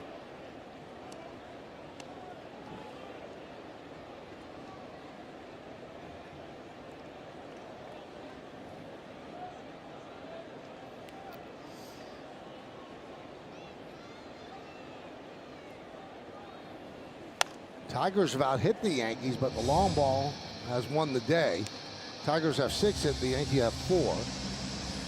There's the breakdown of the 90 pitches. This is a playoff game atmosphere, Michael, when you're facing a Tiger Schoolboy. You're not going to put hits together, and he's not going to beat himself by walking. You got to hit the ball at the ballpark. Swing and a miss. Malgeri down on strikes. 2 away. Yeah, really good fastball up, middle in, and he gets him to swing under it. A good 4-seamer. I think he's done a really good job of using his 4-seamer tonight and not bouncing back and forth between the 4-seamer and the 2-seamer so much, and it's helped him be more successful. There's Zach McKinstry.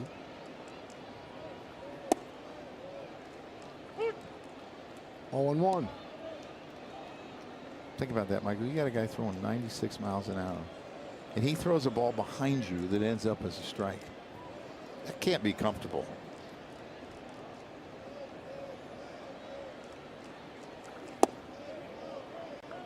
Didn't get the strike call on that one. 1 and 1. Yankees trying to get 6 innings out of Weathers. Their bullpen did a great job in yesterday's game. Cruz, Hedrick, and Bednar. Bednar with a 4-out save.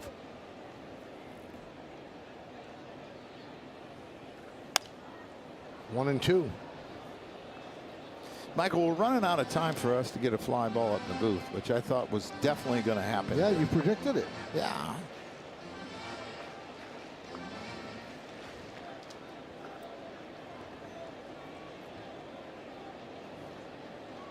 McKinstry, an RBI single in the 2nd. Struck out looking in the 4th. It's almost like he's emptying the tank here.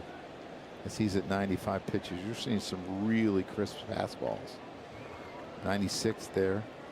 Earlier in the year, we saw some 98s and some 99s.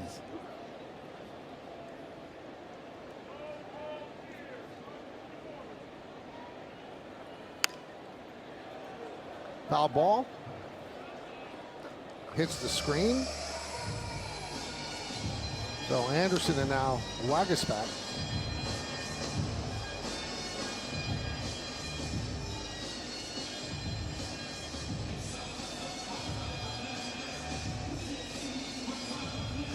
Two possible free agents talking it over there. Schoolboy and Mize.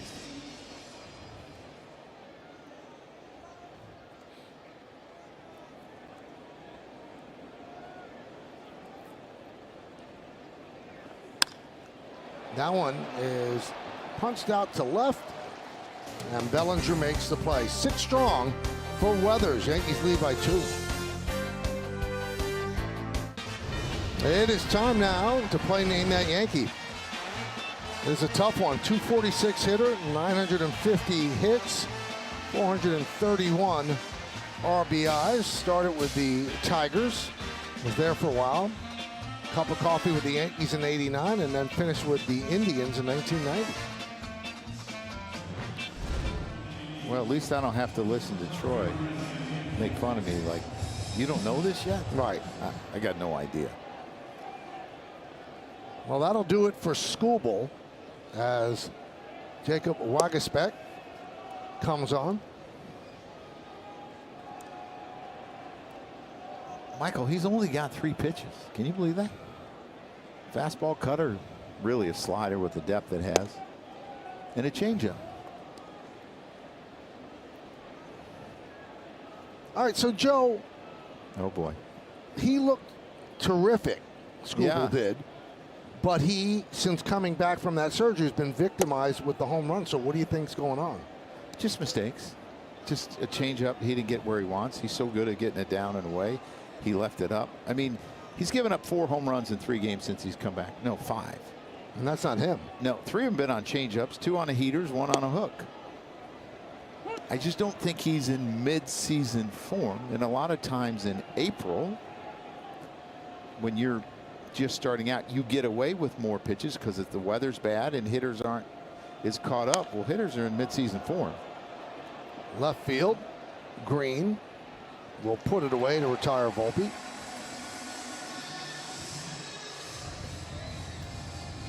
All eyes of baseball on every single start this guy's making, because if the Tigers put him on the market, people are going to line up.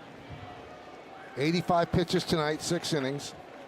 Didn't walk a batter, but he did give up the 3 home runs. I think people are going to line up for Casey Mize as well.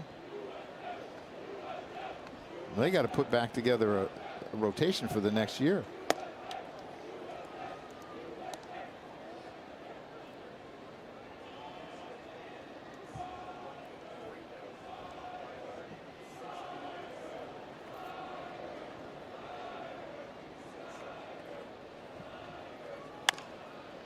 Chop to second base. Lee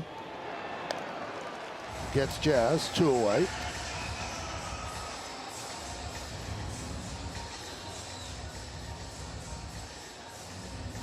Top of the 7th inning, 4-2 Yankees. Waguespack is 32 years old, 4th major league season. At Nashville this year, AAA Nashville, 1.66 ERA, 33 strikeouts in 21 2/3 innings. He was in the Milwaukee system and then was traded to Detroit on June 10th. Did you see that, Michael? He grabbed his side. Not good. No, not good at all. He's had a rough couple of days. Hit the 2 balls off his leg yesterday. I would think that this would be it for him tonight. He always wants to stay in, though, doesn't he?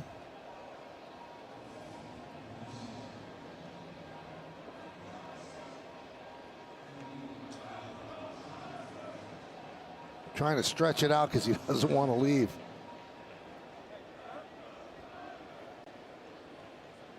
Did he say I'm all right there?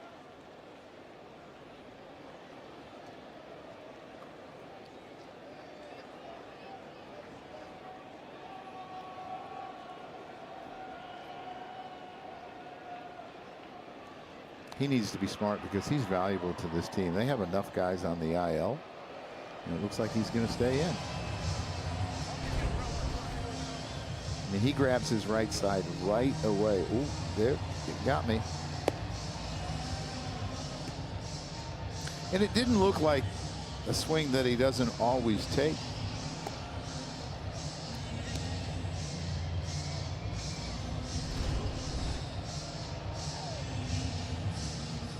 So he's going to stay in.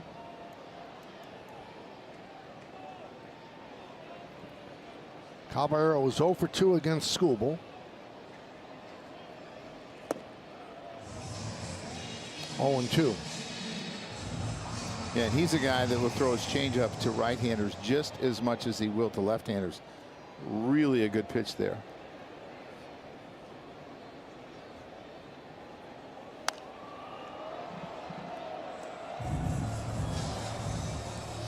Still 0-2 on Caballero.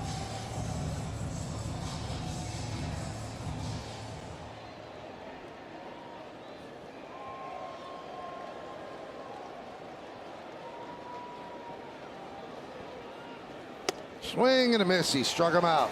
Time for the 7th inning stretch in Detroit. Yankees lead by 2. It's time for the 7th inning recap, brought to you by Car Shield. Well, the Tigers about hit the Yankees, but the Yankees are leading 4-2 because they've had 2 home runs by Goldschmidt and a big one by Dominguez to break a 2-2 tie. Both pitchers went 6, the starters, and Zach McKinstry with an RBI single. Well, that's going to do it for Weathers. It's time for a call to the bullpen, brought to you by Taco Bell, and that man makes that call. He's got a smile on his face about it as he brings on Camilo Doval. Yeah, you see the strikeouts are good. It's the opponent's average that have hurt him, and his ERA is a little bit higher than he's used to having. This guy's so important to this bullpen too, with the velocity that he has. Times his slider is excellent.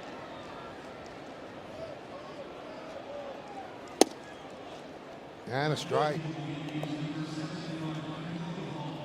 Rogers, McGonigal, and Dingler.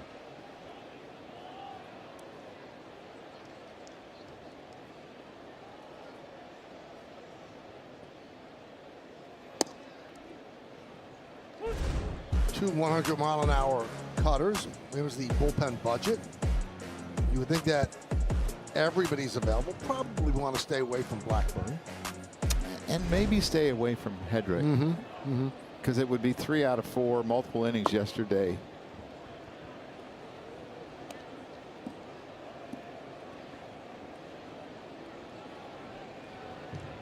Yankees have Tim Hill ready.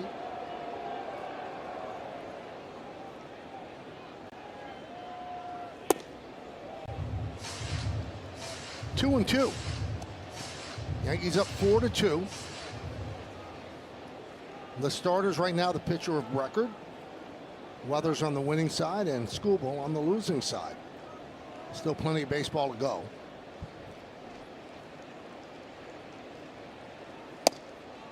So from 0-2, he goes full.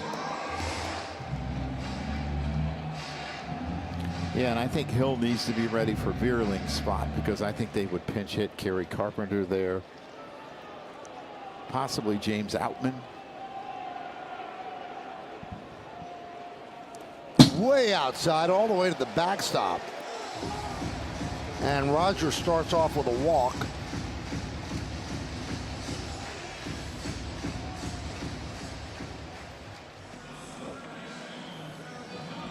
Yeah, from 0-2 to 4 straight balls where he had him where he wanted him and just had to make the same pitch he made in the first 2 pitches, but wasn't able to do it. Now he's got the top of the order. Some pretty good fastball hitters here in McGonigal and Dingler. 5 straight out of the strike zone. McGonigal hit one off the wall in center for a double in the 5th inning. Michael, I was going to say, I actually like when he's, quicker to home, because I don't think his shoulders rock back as much.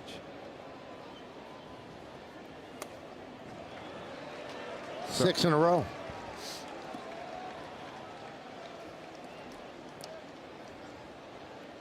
He baffles me, Joe. With his stuff, I mean, you shouldn't touch him. And it just doesn't always work out that way. Sometimes when he comes in, he is untouchable. He's got a plus slider at times. Popped up. On the run is Caballero. Foul territory, gets there. 1 out.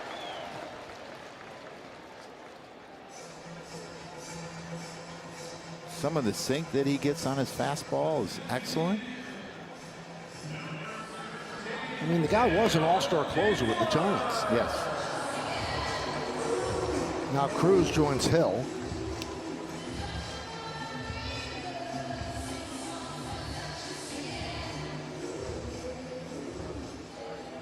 And here's Dylan Dingler. He has 18 home runs. And he can hit velocity. Nub, first base side, foul.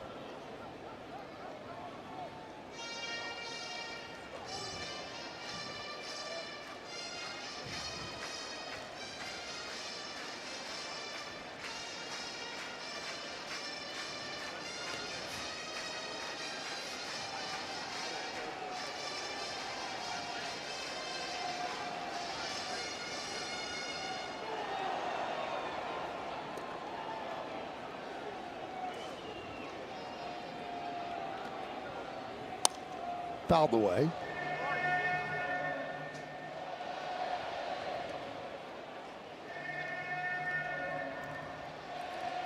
Pretty good strike breaking ball hitter, but he will chase down and away if you can get it there.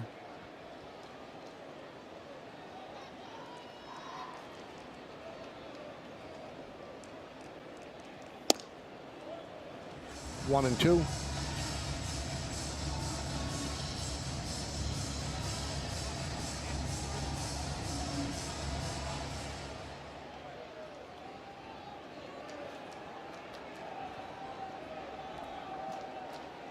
We're on first.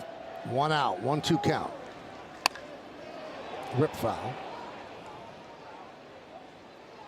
A little quick on that one, but boy, hit it hard. We saw Will Vest in the first game. He's heating up.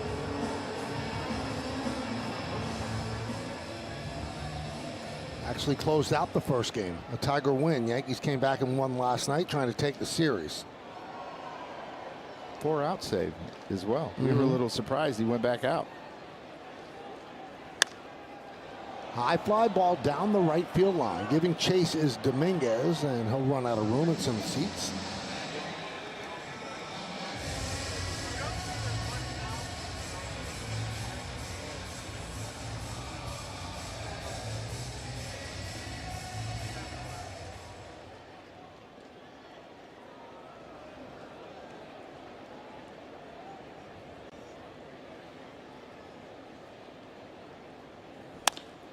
Ground ball, backhanded by Volpe. There's one. On to first, not in time. 2 away. Pretty good play by the middle infield to make it that close. He's an average runner, maybe a little bit above average, and just a really good exchange on Volpe's part and Jazz's part to almost get him.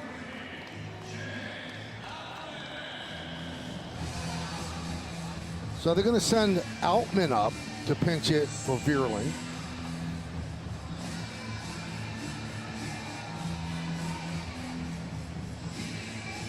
And if you're Boone, well, there's the answer. He is going to bring in Hill. Outman has had a rough season, but he'd rather Hill face him.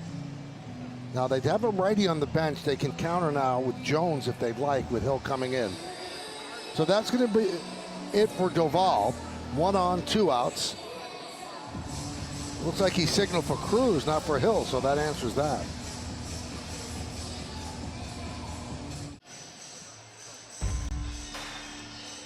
Stream live Yankee games on Yes with the Gotham Sports app. You can purchase the Gotham Sports app directly from the Amazon Channel Store or download the app at gothamsports.tv and stream for free with an eligible TV subscription. All right, Joe, you've got the managerial bona fides, and the wheels they be turning right now. They sent up Outman, then Boone gets Doval, calls on Cruz, and then Hinch counters by pinch hitting another lefty, Carpenter, against Cruz. So this is what I think happened.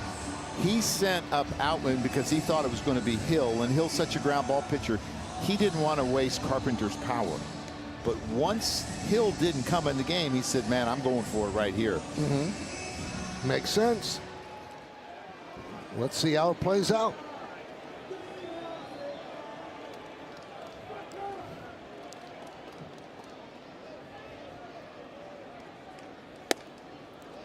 Now, along those lines, are you surprised he didn't bring up Hill to face out? A little bit, because there was 2 lefties in a row. But he may have wanted to save him, thinking that it would be Carpenter later on. I really don't know.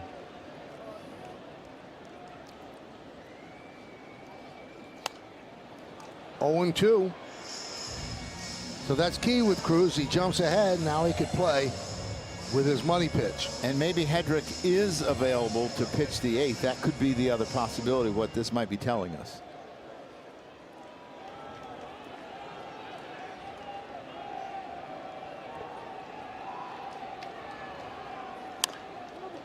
Grounded foul.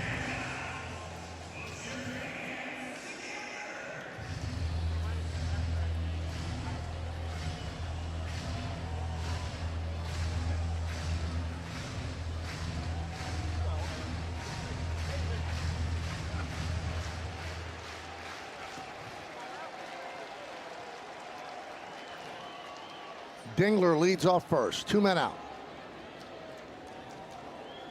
Swing and a miss. He got him on the splitter. And Cruz comes on and does the job. No runs, no hits, and 1 man left. We go to the 8th. Yankees up by 2. Well, here's a look at the Yankees' upcoming schedule, brought to you by Booking.com. Yankees will travel to Boston after this one. They start a 4-game set against the struggling Red Sox. Just lost a series to the Rockies, and that'll be tomorrow starting on Yes at 7:10. Then the Yankees head back home. 3 against these very same Tigers at the stadium. Thursday's an off day, and then 3 against the Twins in the Bronx. Now we go to the 8th inning. Wagas Pack is still out there. It'll be Wells, Schumann, and Goldschmidt. 0-1. Tigers in an interesting portion of their season where before they played the Yankees, they played Houston. Then the Yankees. Now they play Houston again at home, and then they play the Yankees. From a preparation standpoint, that's great for coaches. They'll play Houston 4 games. Algieri moves from right to center, and Carpenter is going to play right.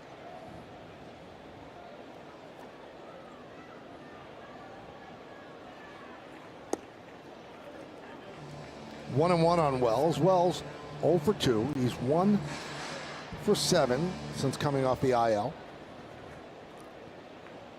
Big hit though, that one. Yeah, very big. RBI double yesterday. Left side, McGonigal in foul territory puts it away.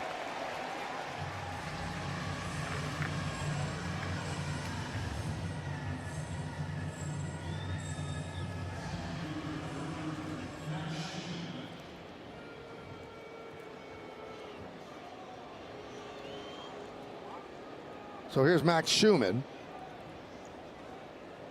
Fly ball to left and a strikeout looking.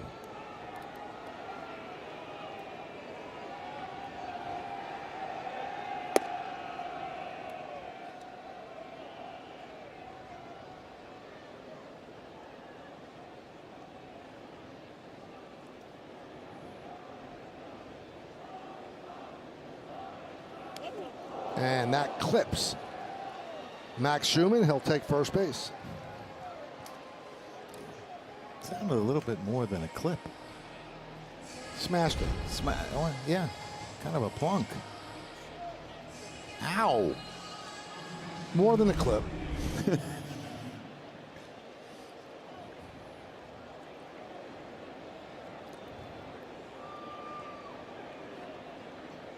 And now they're going to pinch run for Schumann. They'll send Spencer Jones out, and he'll take over in center field.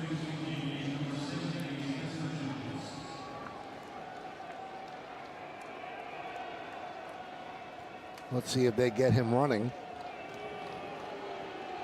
Here's Goldschmidt, 2 home runs and a strikeout. 13th and 14th home runs of the year, both solo shots. A strike.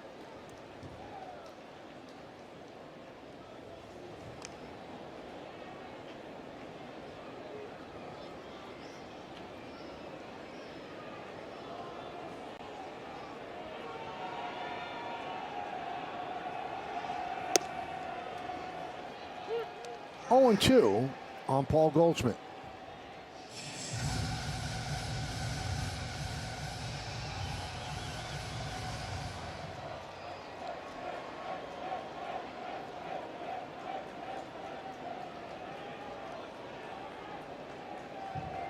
Did you give signs from the dugout, or did you have another coach do it? No, I did it. You did it. Yeah. I didn't want there to be any mix-up in the translation.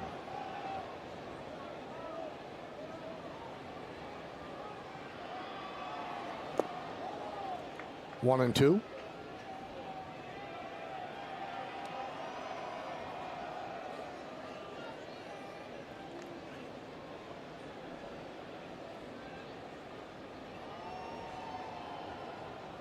Eighth inning, Yankees up by 2.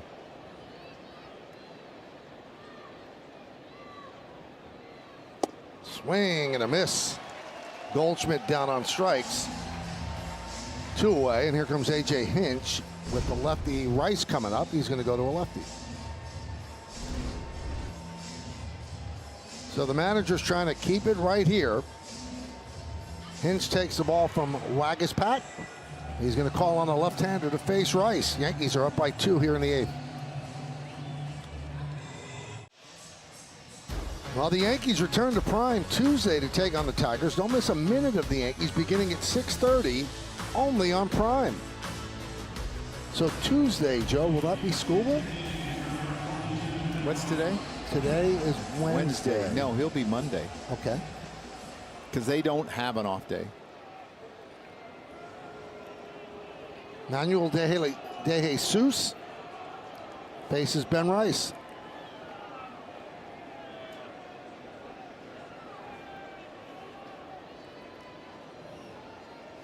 Rice picked up his first hit of the series, a single to right field in the 6th, and that set up Jason Dominguez to untie the game with one swing, a 2-run home run in the 6th inning. So mini 2-out rally.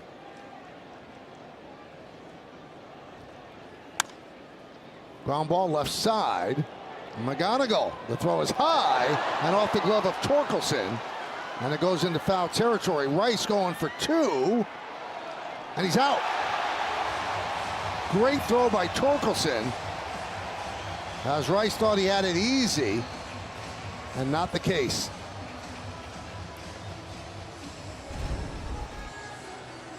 Get a look at it right here. And the Yankees will not challenge. So Lee applied the tag. It was bang bang, but he was out.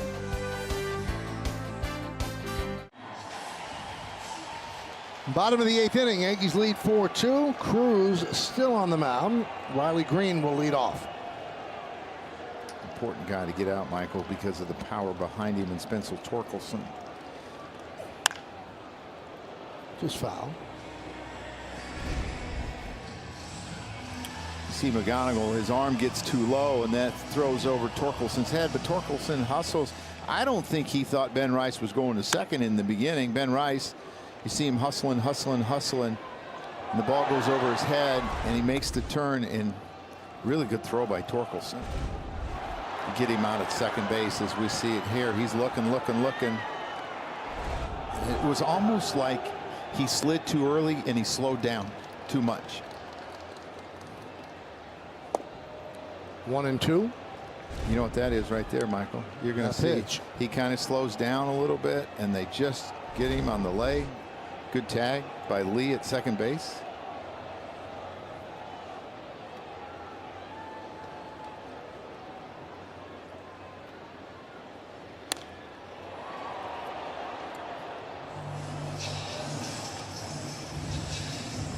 He's got such an uppercut. It's dangerous if you throw it for a strike, because it's kind of falling into his bat with his uppercut. So he has to be below the zone. Jones takes over in center, a pinch run. Ground ball and past a diving Jazz into right field. A leadoff single for Riley Green.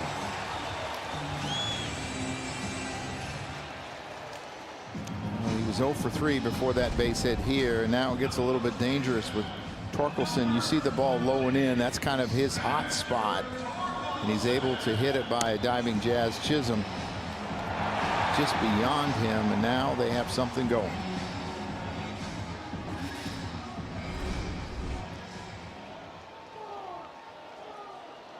Torkelson is 1 for 2 with a walk, 2 runs scored.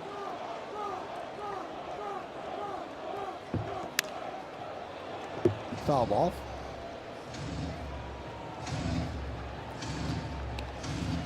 Torkelson 3 hits and 9 at-bats in the series.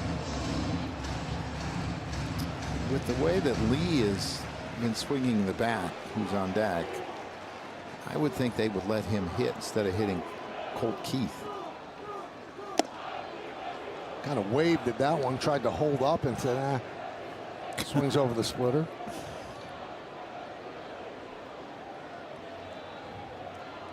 Lee is on deck.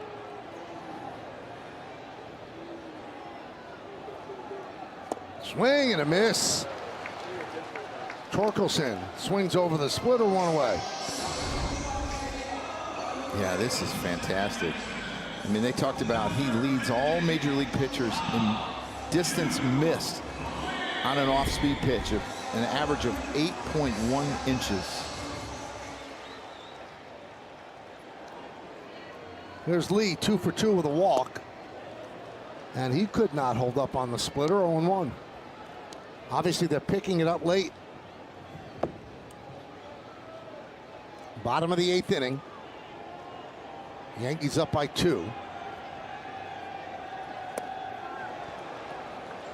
One after the other, 0-2. It's not something you see every day in the minor leagues, Michael. I mean, I think you could argue it's the best split in the game.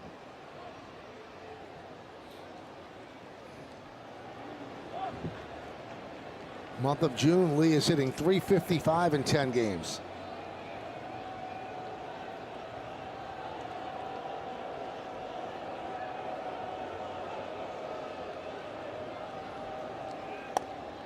And he took that all the way to 1 second before he delivered, making the batter uncomfortable in the box.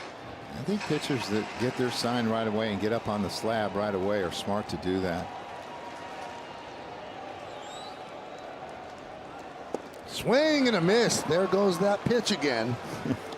2 away. And he reversed it, Michael. He got up there and threw it right away, and I don't think Lee was ready for it. I don't think if he is ready for it, he's going to hit it. It's that good of a pitch. But he changed how long he held the ball, and I think it fooled Lee. Smart. So here's Malgeri. They let him hit against the righty.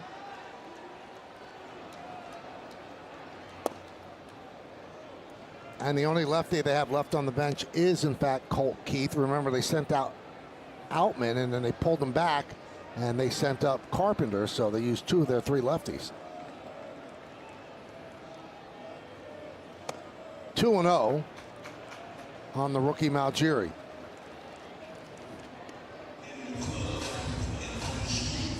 He has 2 strikeouts tonight and a sac fly.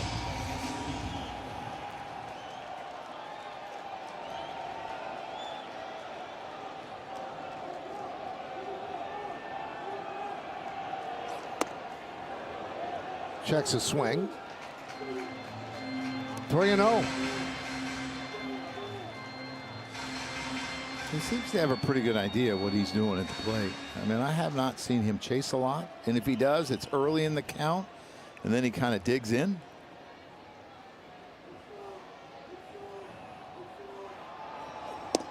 And he takes the 3-0 right down the middle. 3-1.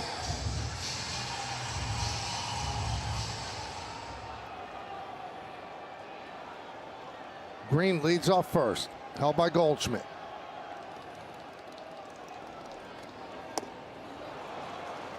Three and 2. Yeah, you're going to see Goldschmidt get behind Green just because Jerry has shown that he'll hit the ball the other way. He's going to stay close behind him and not let him get a huge lead. Runner goes. Swing and a miss. Mama, there goes that pitch. As he strikes out 3 in the 8th inning on a filthy splitter. Tigers strand 1 will go to the 9th.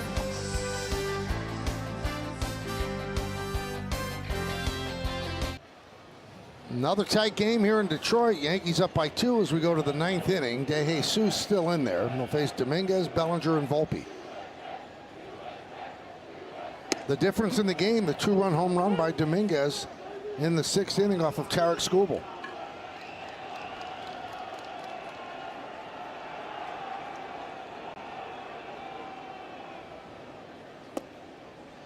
He's had some pretty big home runs. You think about the one that he hit off of Gosman on a split.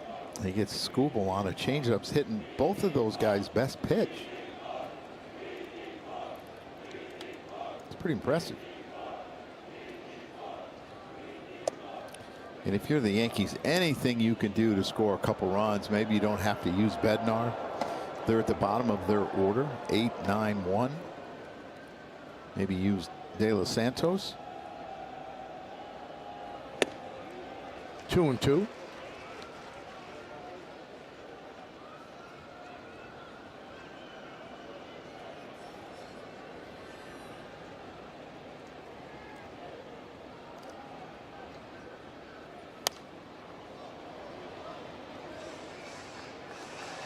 De Jesus pitched last night. Worked a 1-2-3 9th inning.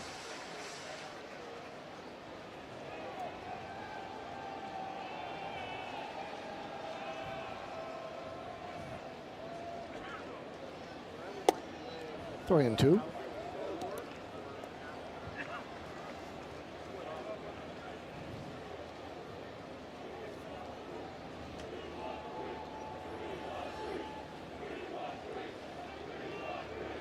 And the payoff. Strike 3. Dominguez down looking.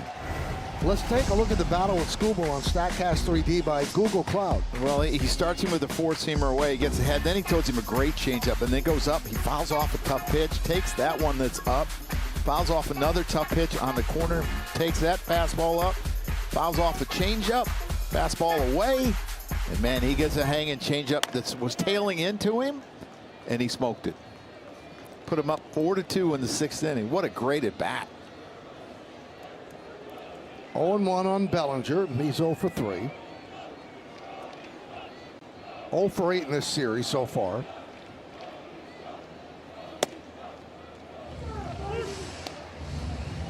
Bellinger's had a great first half, but it's heavily weighted toward the Bronx.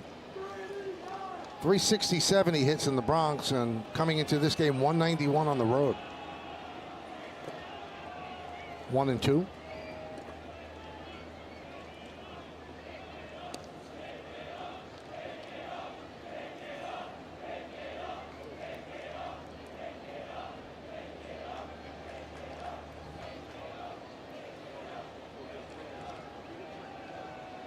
And the pitch. Grounded, fair, inside first, and it kicks off the sidewall. Bellinger will round first, he'll go to second, and Carpenter will flip the ball in. So it's a double for Bellinger, just over the bag and past Torkelson.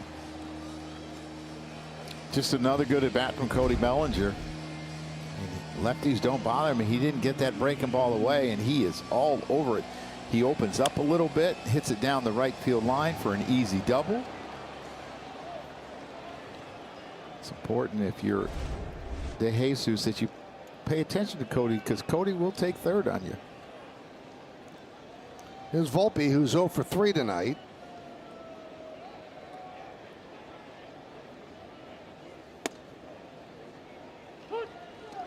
Volpe came into the game scalding hot. 15 for 34, 441 last 11 games. He's 4 for 11 in this series.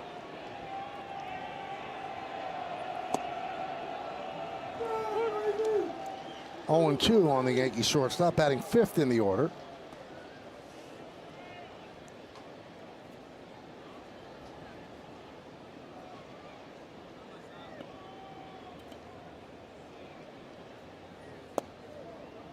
One and 2.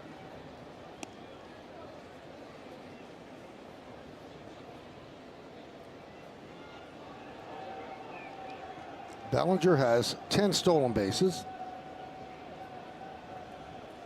Swing and a miss. And Volpe down on strikes. This copyrighted telecast presented by authority of the New York Yankees. It may not be reproduced or retransmitted in any form, and the accounts and descriptions of this game may not be disseminated without the express written consent of the New York Yankees. There's Jazz Chisholm. Last night he had that big home run. Today, 0 for 3. Big runner out there at second base.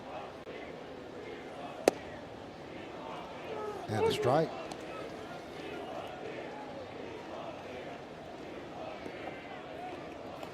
He's had 8 home runs in his last 29 games, which puts him on pace for the year to hit 25 and steal 48 bases. It's a pretty good year.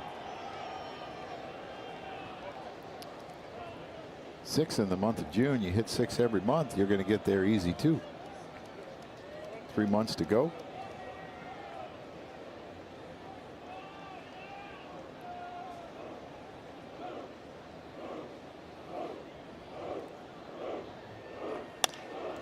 Fly ball left field. Backing up is Riley Green. He has room, and he'll put it away for the final out. Well, the Tigers come up in the bottom of the 9th. Time to answer. Name that Yankee. Here are the clues again. I'm going to guess this one, Joe. Go ahead. Tom Brookins, maybe? Sounds good to me. There you go. Not a bad player. We go to the vault. Oh, in the old Tiger Stadium. Took advantage. A ballpark made for home runs and was with the Yankees for a year. Nice mustache. And there, the old Comiskey. Is that Jerry off of Jerry Royce? Well, there's the particulars on Mr. Brookins. And that was off Jerry Royce. All right, so the Yankees bring in Bednar. And he got a 4-out save yesterday. Zach McKinstry will lead it off here in the bottom of the 9th inning. Foul back.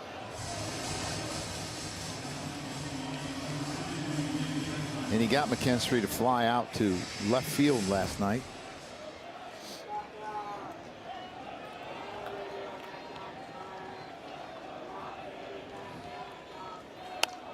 Now they will pinch hit Colt Keith for Rogers, which means that if they do tie the game, they'll have to lose their DH because Dylan Dingler is the only other catcher, and he's the DH.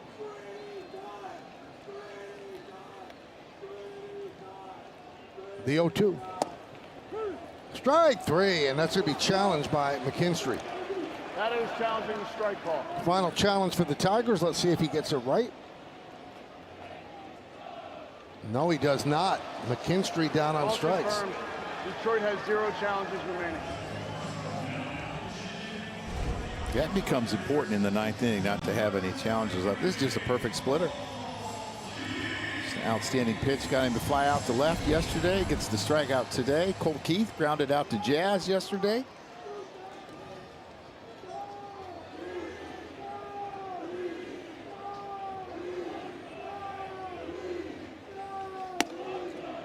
And a strike. Bednar's been pitching very well of late.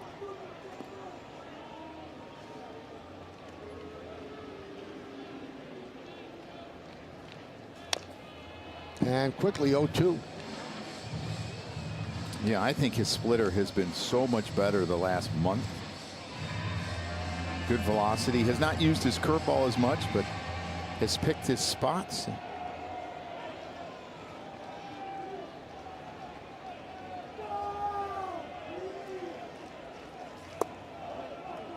1-2.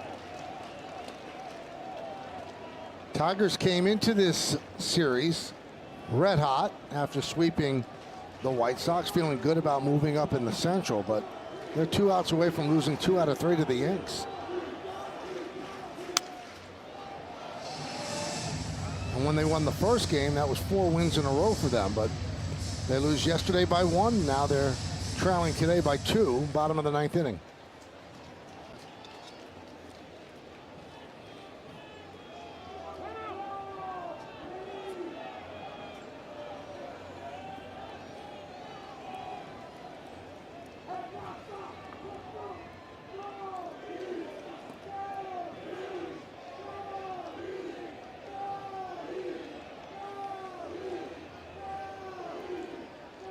And the 1-2. Ground ball, first base. Goldschmidt flips to Bednar. And the Tigers are down to their final out.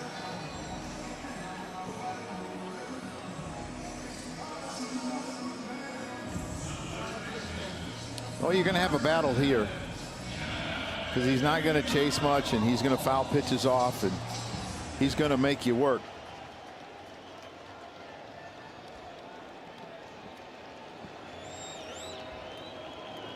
He had a double in the fifth, 1 for 4. 1-0.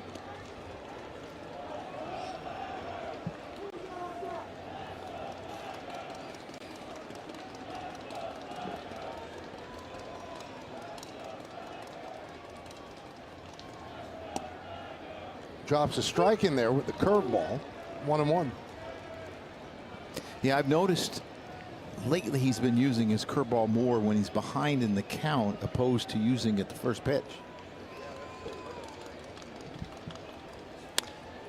And the Tigers are alive as the 21-year-old lines a 2-out single, and that'll take it to Dylan Dingler. Yeah, this is a split, and it's not a bad pitch. It's just he's very good at recognizing pitches. He never overswings. He uses his legs extremely well to get on plane with the baseball and hits this little liner over Jazz's head. Now you're facing their most dangerous hitter.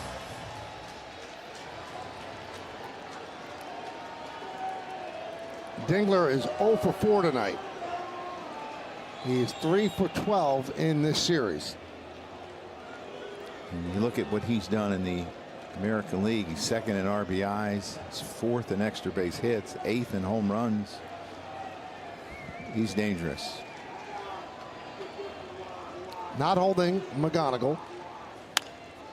High fly ball right field. This should do it. Dominguez is there, and the Yankees win 4-2.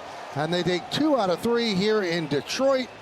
And they will head to Boston riding a victory. That's an outstanding game. I mean, that game looked like it was going to be really tough to win with Skubal on the mound, and the Yankees come up with 3 big home runs, 2 from Goldschmidt, 1 from Jason Dominguez to put them up 4-2. The bullpen does a great job. Weathers pitched extremely well. The Yankees are now 26-16 on the road, one of the best records on the road in all of baseball. I mean, they've already played 42, more than half their games on the road. They got a lot of home games coming. 48-31 overall, and they stay atop the American League East, and they still have the best record in the American League. Well, now it's time for the Mazda Player of the Game, Joe. Well, it's obviously Jason Dominguez, what he did in the 6th inning with the long at bat off of Skubal, and finally gets a changeup that he can handle and hits it out to make it 4-2. 4-2. Ben Rice got on with a single before his first hit in the series. Jason Dominguez comes up big. And look what he's done against lefties. That was supposed to be the weak aspect of his game, but so far 321, that home run, 3 ribbies, and OPS approaching 900, and he's downstairs and he's ready to talk with Meredith Morakovitz. Well, thank you, Michael. When you look at Tarek Skubal on the mound, you knew this one was going to be tough. He had your number the first 2 at-bats, but you made him pay in that 6th inning. What adjustments did you make in that at-bat that allowed you to have success there, Jason? I was just trying to think to take a better at-bat than the last 2. Swing a better pitches, trying to fight the at-bat more. That was all that was in my mind. It seems like you've been swinging it better from the right side in general. How much more comfortable do you feel this year from the right side?